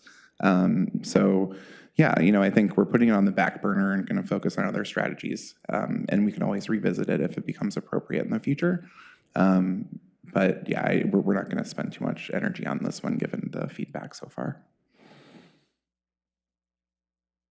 But yeah, I think other general sort of thoughts on where staff should dedicate their time and the task force as a result and consultant team would be helpful. We do have one more strategy to get through, and then we can have that more general conversation if you'd like. And I think we're going to talk next about tax abatement and exemption. Yes. All right. So this is kind of this is a overall this sort of overarching strategy for tax abatements. There are a number of different abatements and exemptions that are authorized by the state and kind of specified in the state statutes. And that are kind of targeted to different types of housing. So this is a strategy that the city could kind of make fit to the types of housing that are most needed and that most want to encourage in the city. And so, I mean, this works by, reducing or exempting property taxes for a certain period of time. It's usually somewhere between 10 or 20 years, depending on the specific abatement program. And each abatement program has kind of its set of criteria and kind of parameters. But there's usually some flexibility. Some are more flexible than others. And again, there's flexibility to kind of choose the abatement that kind of matches where the needs are. So you could target it to low income rental housing, to vertical mixed use housing that may or may not have an affordability component. You could target it to transit supportive multi-unit housing. That particular abatement has some additional flexibility to establish specific criteria for certain types of housing units or sort of features of units, things like accessibility features or size. You could use it to target sort of say family size units with 3 or more bedrooms. There's also an abatement program that supports affordable home ownership, for single family homes or for middle housing. So there are lots of different options here. I kind of just wanted to review this strategy overall and get a sense of whether you all kind of are supportive of this or interested in it, and maybe what types of housing you think would be best targeted with this type of strategy. And this strategy did receive support from both the task force and city council, at least at a high level. Again, we didn't really get into the details of specific abatement programs, but just in general, there's support for this approach. Yeah, and I think I would just say, yeah, the task force did support sort of certain iterations of tax abatement programs more than the other. So they were interested in, the Homebuyer Opportunity Limited Tax Exemption Program, as well as nonprofit low-income rental housing tax exemption and vertical housing. So just to provide a little bit more context there, but as Kate mentioned, we can really try to utilize these tools. Really, there's different tools that we could use within this kind of category to encourage the type of housing that we think is appropriate for this tool. So it could be multifamily just in general. It could be multifamily affordable housing. It could be multifamily affordable housing that's constructed by a nonprofit specifically. That's kind of the different levels of sort of targeting that we can use with the different iterations of this type of tool. So we can kind of shape this to produce the outcomes that we're looking for. And so, yeah, I guess we're looking for general thoughts or input on where to shape this if you are supportive.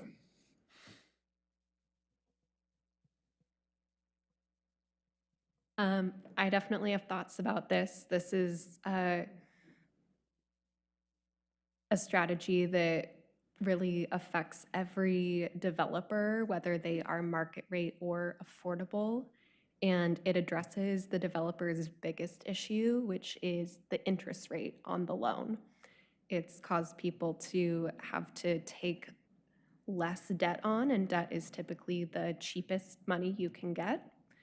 And by having the tax exemption, you are able to increase a project's net operating income so that then the taxes can come in and create a better income for the property, which then causes it to be able to have more debt. So it's really a leverage tool that every developer of different types of housing can use. You can, instead of taking on 8 million of debt, you can take on 9 million of debt, et cetera, depending on the size of the project. So, and a project becomes more financially healthy over time. So it really is only needed for that 10 years. It's not something that goes and kicks you down the road when it comes back in and you have to pay those taxes.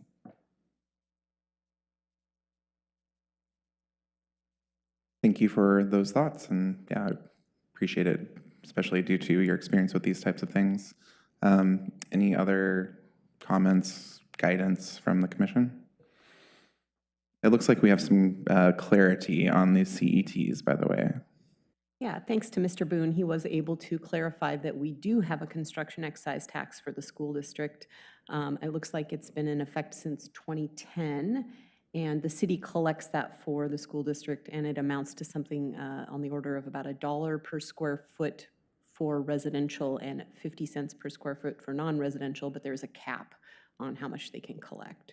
But yes, there is a CET for the school district. But nothing for housing. It's a tax on housing, but the revenues aren't directed towards housing, right? Yeah.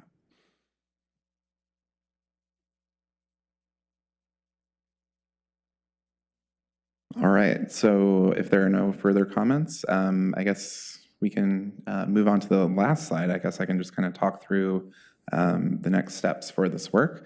So really, we're moving from our initial stage here to kind of just provide a work plan and really an overview of the strategies and review of the contextual housing needs assessment data, et cetera, into the next step, which is where we'll sort of our first stage of refining the housing strategy alternatives. This will be kind of an iterative process where we're going to continue doing that at multiple steps down the road. But generally, we'll do this starting next month with the Housing Production Strategy Task Force. Their next meeting will be on December 8th. And then we'll be coming back to the Planning Commission in early January and Council as well in mid-January of next year. Really just kind of taking this input that we've received from you, the Commission, the task force thus far, in addition to the stakeholder interviews and the data from the Housing Needs Assessment, trying to develop some preliminary recommendations for strategies that we might consider pursuing as a city. So really still not as refined as we'll get later in the process, but just starting to provide some of those at least preliminary recommendations for consideration. And I just would also mention that we had just an updated scope and schedule that was submitted as an attachment to the materials for you tonight. So that should be a little bit more clarity on the sort of future stages of the project. Again, we are sort of required to adopt an HPS by the end of 2024, so December 31st, 2024. And we aim to have a hearing on that in the fall of 2024 at the Planning Commission. So without getting too far into that, we do have sort of this next step of work sessions and task force meetings coming up in December and January. And that does conclude the presentation. I guess, now we can have a little bit more of a discussion at high level, kind of if you had any, if you really saw any areas of opportunity with these strategies or have any concerns that you want to tell us about these strategies, it would be a good time to have that discussion. Go ahead. I don't want to monopolize all the comments here, especially when I know like a 1/1000th of what you know, Rachel. But I had two thoughts, and I'll go with the first one. Thanks Kate, Matt, and staff, and the Housing Production Task Force for doing it. It seems like we had 110 ideas, and now we've come down to 9 that are being presented, sort of with a lot of work. So this goes a little bit to the question we were talking before, which is, are we at the sharp point of the pencil now where we want to go to public hearing on all 9 of these because there's been so much work? Or are we looking to, and there's no perfect number, but are we looking to go with 3 things, right? Because as Mr. Scanoni said, this is a lot of information, so distilling it down would be easier. Of course, the flip side was one of the very first comments, which is, I think it was on the density, oftentimes one of these levers doesn't work by itself, but if we have 4 of them, then it might work as an incentive. So I'm just trying to understand sort of where we want to go with that. Because frankly, I'll tell you my opinion, I'm not ready to get rid of any of these yet. I don't know enough. Remember too, we have one more, I think, right? One more work session where we, we'll have sort of a similar but more evolved conversation, I assume. But yeah, what I was going to say was, if any of these 9 that we talked about tonight does or may not seem like it makes sense to move forward and explore it further, one, because we don't really support it, and the HPS doesn't support it, and City Council doesn't support it. If one of these falls into that classification, maybe it's a good time to punt that one. I don't know. That's a thought. I just wanted to see what you all think. And maybe there isn't one of those, but I might have heard one. Just to kind of address Commissioner Mitchell's first comment, I think we don't think that 9 high-impact strategies are going to be manageable probably to include within the HPS. I think we were thinking, maybe we'd get down to somewhere around 3 or 4 of those high-impact strategies, and then think about other sort of complementary or supplemental tools that we know could work in tandem with those. So really just starting with those bigger chunks, the bigger sort of moves, and then thinking about other things that could work in tandem. So of course, there's a lot of strategies on this list about what to do with money that we're going to put into housing. So land trusts or land banking or low interest loans, that type of thing, where if we don't have a revenue source, it's going to be difficult to make a recommendation for that. So these will need to sort of work in conjunction with one another. Mm-hmm. And so I think just generally speaking, we are trying to sort these into different buckets, at least for now. We want to talk about those high impact strategies just to get kind of an initial read from council on what they're comfortable with and what the strategies that the task force is comfortable with. But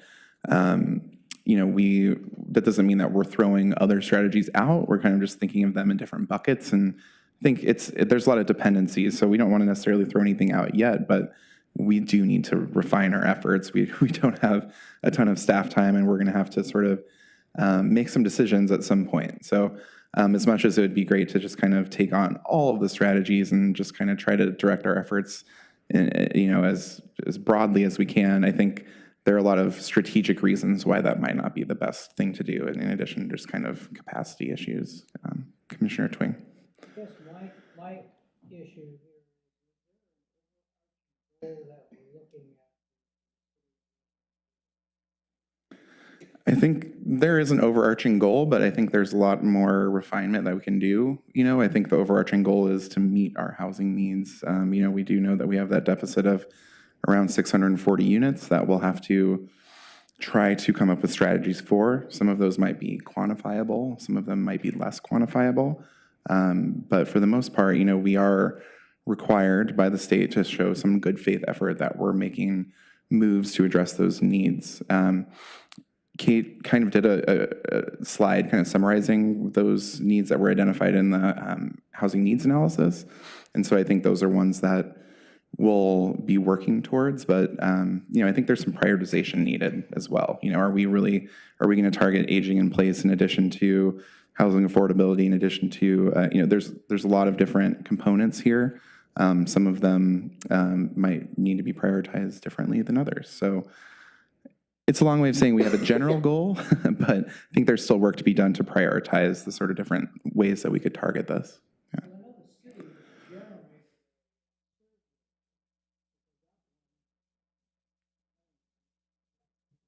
Yeah. A week ago, and it seems like to me that the purpose of the survey was to find out where you think Lake Oswego ought to be going here as a city. And let's just throw this out for a minute. Let's say we want a community where we can be assured of the fact that we're inviting people to come into the community that's going to propel it forward, not allowing the community to age to a point where there's nothing here but just older people. So much of this I've heard tonight, much has gone through, my thinking is that we're going along is that, well, we must be aimed at something like that. We must be looking at what kind of city really do we want to see Lake Oswego develop as? Am I wrong about that? No, I don't think you're wrong about that at all. You know, I think there are a number of the needs that we've identified through the HNA that, you know, make it very clear there needs to be more opportunities for families to, you know, live in affordable apartments, multifamily apartments that are accessible to families. There are needs for, you know, aging in place, needs for folks that are wanting to downsize that might want to sell off their larger home or do something different with their larger home when their children are out of the house. So, you know, I think there are different needs. You know, I'm not sure that I would give you a specific, you know, say that the specific focus is to ensure, you know, a broad range of, you know, ages or, you know, a diverse age range necessarily, but really we're trying to meet the needs that we've already identified. I think that's really where we're trying to focus. And there is, I think what you're referring to is like a general city council kind of goal setting survey that they've sent out, some of which relates to housing. And yeah, that's kind of something that the city council will distribute in order to kind of help them frame their general goal setting for the following year. And of course, we take cues from that as a planning commission, as a sort of advisory body to the city council. So yeah, you know, I think we're taking that input, and I think as a part of the council goal setting, we'll refine exactly sort of what they want to do as an overarching message for the HPS work. But we do have a good set of, you know, a list of specific housing needs, types of housing that, you know, we're not really producing in the city that we know that our current population needs. So that's kind of the general goal, at least for now, is to meet the needs of, you know, the individuals that we know have those in the community currently, as well as, you know, those that we expect to move here over the next 20 years. Thank you.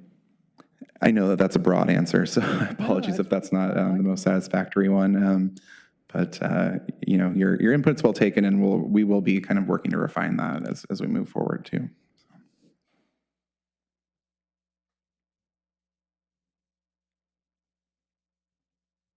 Chair Stewart, what are our goals here? So it sounds like maybe you want us to direct you to maybe come back with some of this additional information on maybe 5 or 6 instead of all 9. Is that? Yeah, I think, you know, if you have, again, just kind of, if you agree with, you know, things that we've talked about, if you have concerns, it would be good to know. You know, I don't know if we need to quantify it necessarily, but it's up to you. Yeah. Well, I'm going to start this way, and then if this doesn't work, we can do something else. But I'm gonna first pick on number 8. I think I heard that maybe it's not got very much support. So this is the general obligation bonds. This is the one that would have to go to a vote. Is anyone opposed to cutting that one? And when I say cutting, meaning, you know, we're not going to like pursue additional information on it. Okay, so 8 is out. How about? All right, I just want to be clear, this is your recommendation, and we will bring it to the task force, et cetera, Yes, but we yes. can't necessarily, Yes. the goal is not to Yeah, make what I'm trying unilateral to do decisions. is, so when you come back at work session 5, you don't necessarily need to do research on all 9 of these. I mean, Perfect. that's what I think I hear you're saying, Yes, right? Okay. yeah. And you could categorize it as, there's very low support. All right, No the no or next- low support. Okay, But I think it's good if we say like number 8, why, why we're saying, or why it has a lower likelihood of moving forward, as opposed to what we just didn't like it. Yeah. Right, of course. Very helpful, So I'm gonna jump now to, and you all can jump in on one as well, but I'm gonna jump to number 5, which is infrastructure planning to support housing. What I heard there is that that's something that is ongoing by city staff anyway, and it doesn't really directly contribute to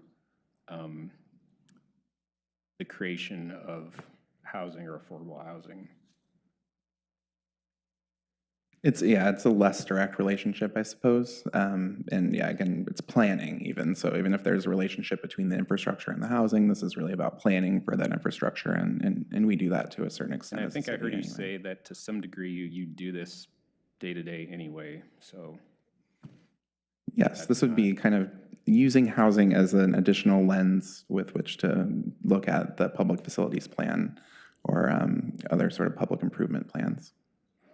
Can I jump in a question? And I think maybe Matt, you might be the one to direct this at, but in speaking, when you did the outreach and you spoke with developers, did any of the developers identify like one of these as the obstacle to their development of either market rate or actually more importantly, affordable housing, like this number 5?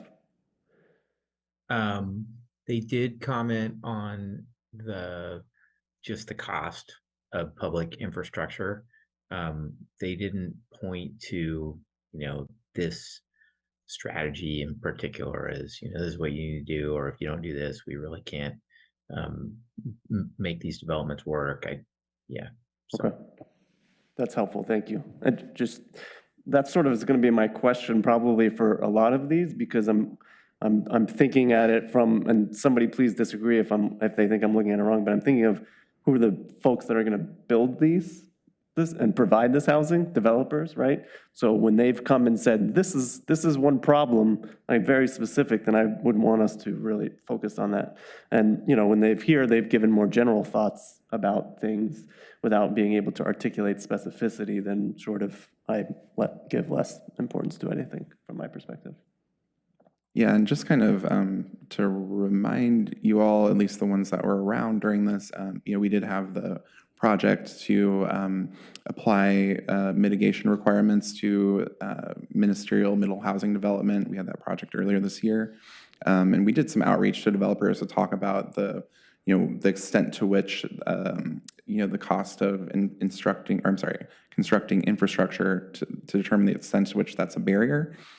Nobody was really out there saying that is the single thing that will make a big difference. It was, we didn't get really any huge wave of, outrage about their current infrastructure requirements or what we were proposing. Aligned, thank you.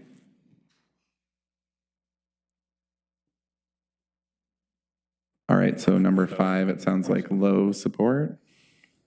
I think so. So I'm going to ask one question, then I'm going to have somebody else propose something. On tax exemption, I didn't hear whether you said what the level of council support was on tax exemption and abatement. It was pretty high. Yeah. Pretty high. Okay. And maybe you said that, and I apologize. I just didn't remember. Okay. Somebody else want to propose one, or maybe easier, one that they really like. I would, while we're on tax exemptions and tax abatements, I would, unless, again, my question being is, I would assume from a developer's perspective, that's a big one to incentivize housing getting built. And if there's high support from city council, I think that should definitely be explored. So number 9. Yeah. Okay. And also, I mean, we're kind of bringing that vertical housing pilot program forth in December as well. So Yeah, we're, we can watch yeah. the hearing and see the way city council's thinking about Yeah, it. so what we'll need to do in work session number 5, I think, is to hone in on which of these 5 subcomponents makes the most sense. But, Yeah, we would like to have that conversation with you all if there you're may be more interested in than, I'm tax not saying abatement. there's just one, maybe there's more than one, but, Yeah, and it might be more than one because they do achieve different things. Right.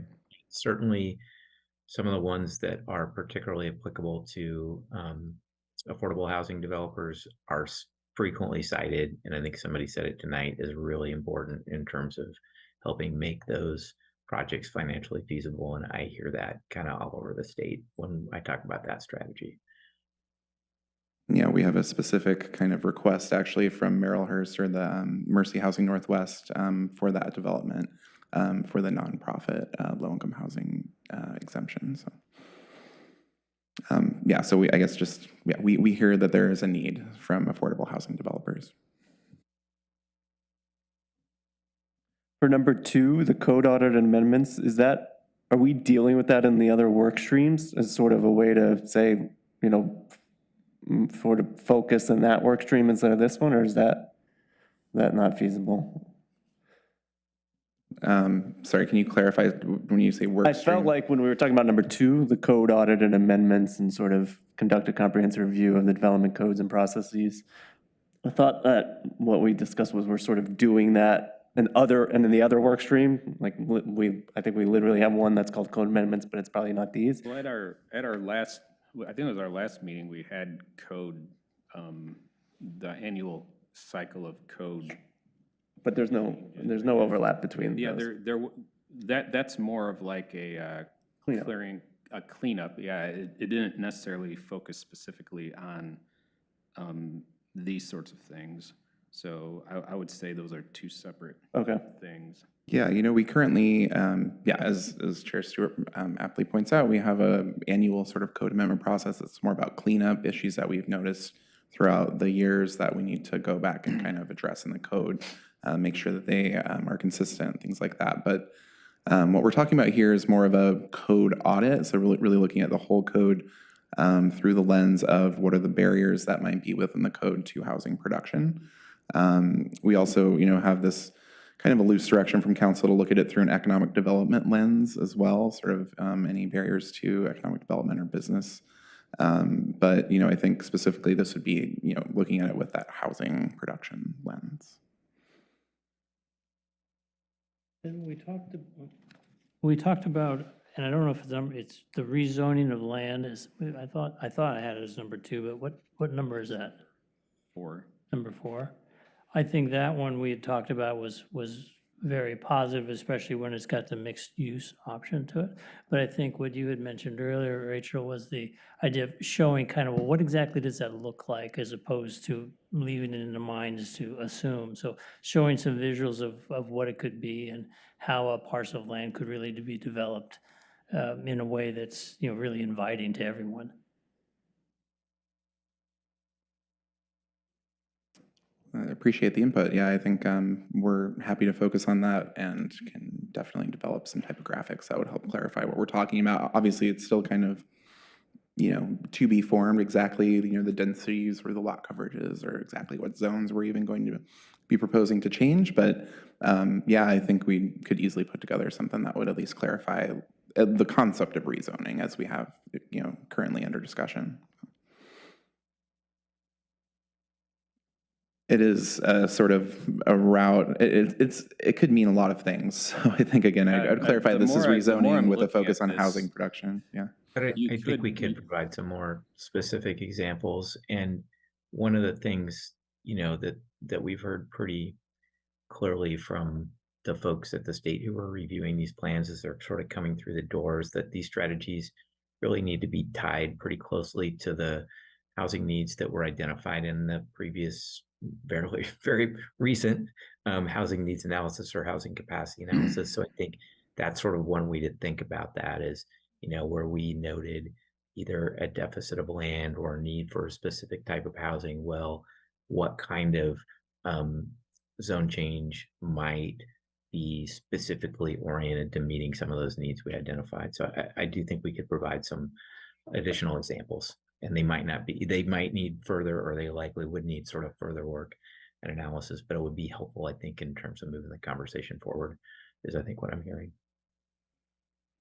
Yeah, and I think one other benefit of rezoning is it is quantifiable, and we do have a quantified deficit, so that in addition to other strategies, at least we can point to, numbers and say, I think we're going to unlock this many units of housing through a rezoning on this site or this district. So that is one of the benefits. Yeah, it almost seems like you want to dig into number 4, and then that might inform what you do, if anything, with numbers 1, 2, and 3. Because they all seem sort of interrelated. So I believe 3 was the minimum density requirements for to be annexed land. So you're thinking that if we were to look at that, then maybe we would look at it under the idea of potentially different zoning that would be applied to those unannexed areas? Well, or even more simply, whether that item is necessary after you determine what could come out of number 4. I gotcha. Yeah. I mean, are there any other kind of like thoughts on number 3, the density requirements for to be annexed land?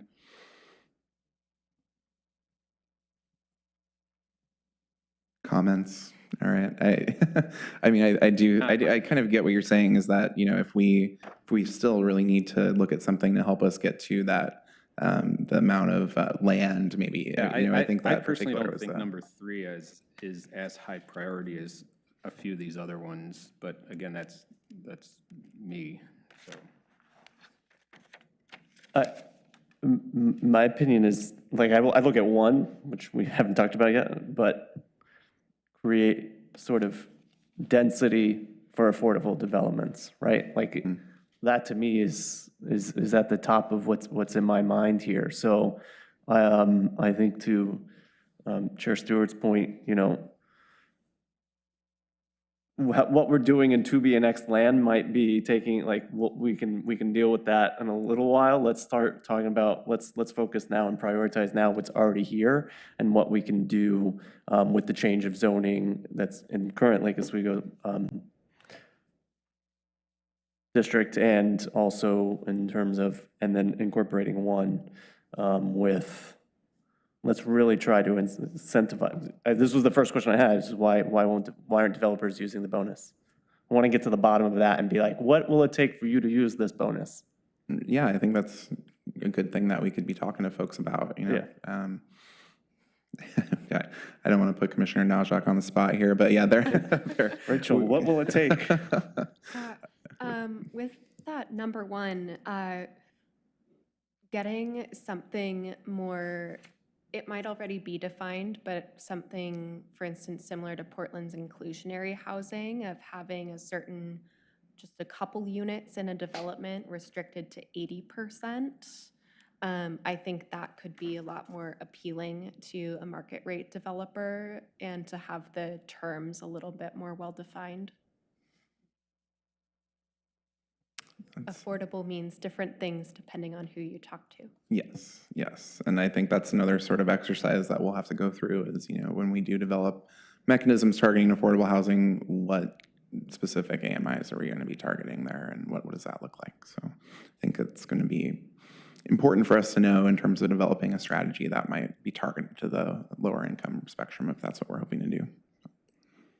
One other note about that 80% level is that there is no state funding mechanism for that level of AMI. So when we're asking people to include units that are in that 80% range, we're really just asking developers to eat it. Subsidize that, yeah. Yeah. Versus the lower AMIs at 60 and 30, there's more funding mechanisms to help. Yeah, and I think that is a big part of why that was landed on for the North Anchor development, which is mostly a market rate housing development, but they are going to have 8 affordable units, affordable 80% of AMI. So, I think, yeah, to your point earlier about how these things operate differently between market rate and sort of more affordable housing focused developers, it's good to know that there is at least some opportunity within the market rate sort of side of things to develop some affordable units, at least affordable at 80% of AMI.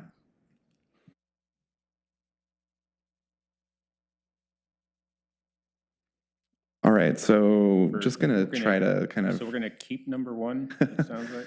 Yeah, so Trying to it sounds like summarize rezoning here. had some support as Okay. well. It sounded to me like number 6 had support as well. Yes, that's the SDCs, right? Yeah, variable SDCs, so I think we keep. Okay. So it sounds like, all right, just to summarize here, and I think maybe you can tell me if I'm off base.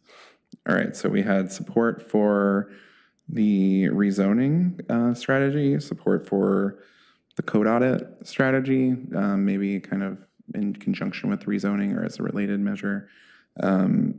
Support for number 1 was the FAR. FAR, the regulatory incentives, as well as SDC waivers, sounds like. Yeah, and then I got tax exemption abatement. Yeah, number as 9. well. So I've got 5. Yeah, and tax abatement as well, yes. That's Okay. Now, we haven't talked about construction excise tax yet. Well, we did get a little bit of direction to look into some other jurisdictions that have utilized the CET and to try to provide a little bit more of an example of how effective that tool has been. Sounds like you're following up on 6 things, so I guess it's not 9, it's 6. So yeah, geo bonds, it sounds like we're not focusing on those. Yeah, I think that's, I I've feel got- safe there. I got 8 and 5 crossed out, and Infrastructure planning, okay, I yeah. kind of have number 3 crossed out. Right? Sure, yeah, it's, you're not telling us to Again, direct these all our are, attention there, yeah. This is only a recommendation, but we don't really need follow-up necessarily on that. All right, let me just make sure we're covering all of our bases here. All right, so just going through the list of 9. Real quick, we're not really asking for any additional information on the number 2. We're just keeping it in the pot, so to speak. Sounds good. Yeah.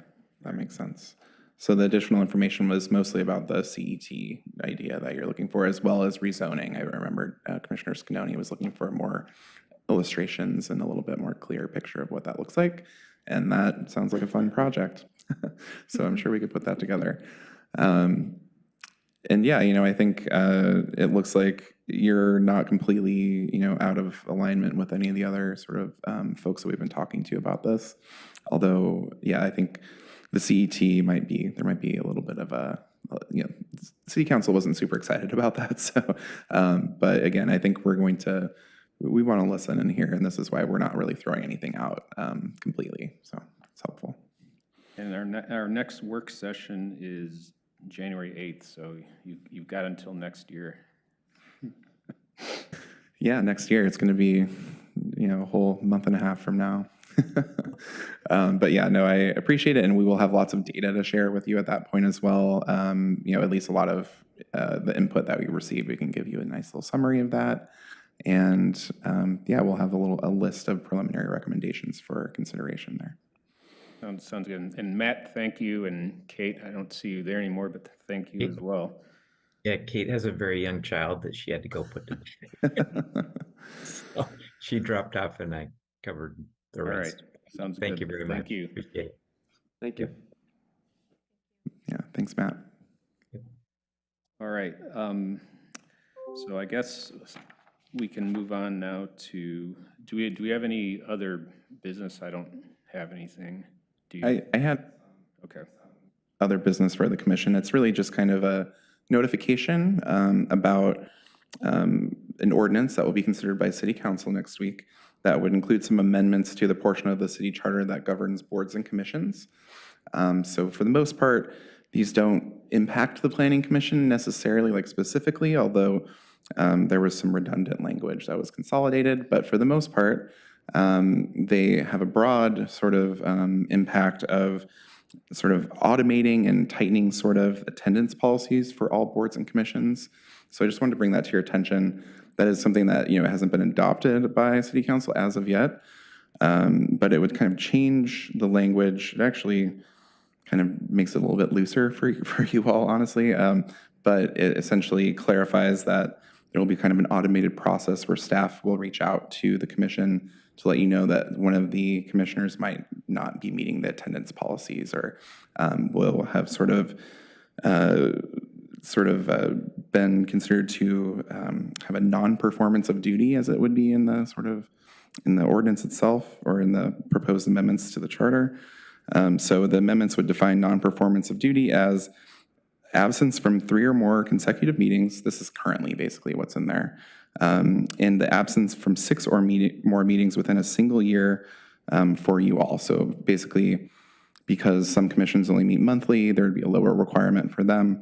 It would be 6 for you. It used to be 4 within a single year. So it's actually a little bit looser, but just wanted to let you all know. Really the biggest change here is that there's more of an automated process, just to let you all know when that's happening. So I just wanted to share that with you all. Okay, thank you. And with that, we can move on to schedule review. So coming up on the schedule for later this month, we'll be revisiting climate-friendly and equitable communities parking reform rules.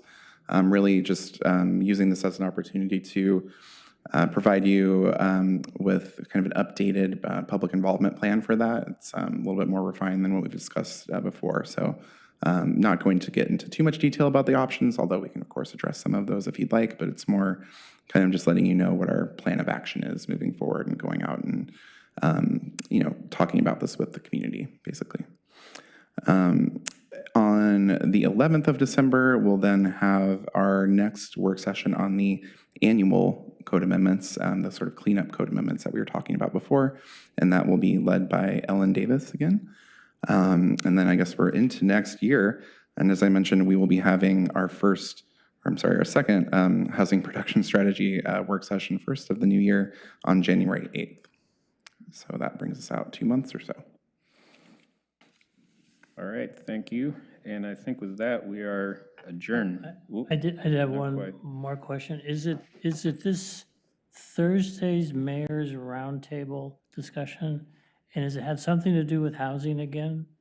Yes, I have been asked to provide a presentation at the Mayor's Roundtable. Also, we'll have Sarah Walker, who's the chair of the Housing Production Strategy Task Force there. I'll be presenting information you've all heard many, many times, but it's good for folks to know about this. It's going to be a little bit less formal of a presentation. It won't be like slides or anything like that. It'll be just kind of verbal and a lot of question and answers, but really just kind of explaining what we've been doing so far with the housing needs analysis, and we're transitioning to the housing production strategy and having some discussion there, but just kind of letting folks know what we're doing, really, more or less. So would it be beneficial to attend that? You are welcome to, and I sent it out to you mostly so that you could share it with your own respective networks of folks that you might know that would be interested. I think, again, you will have heard very similar information, but it will be more of that discussion element. So to the extent that you're interested in hearing kind of more of the discussion at that roundtable event, it might be helpful if you wanted to attend. Because there will be actually, we'll call them citizens are going to be here to comment back and get a good feel for their level of interest. Yeah. Again, I think we're going to be talking about it a little bit, very high level, I guess, and answering questions. But yeah, I think we'll have an opportunity to hear what folks kind of think of what we've been doing so far and where we're headed. Okay, thanks. Remind us, what time is that? I think it's at 6, but it's on Thursday night. Okay. Yeah. Thanks. All right. And we're adjourned. Have a good evening.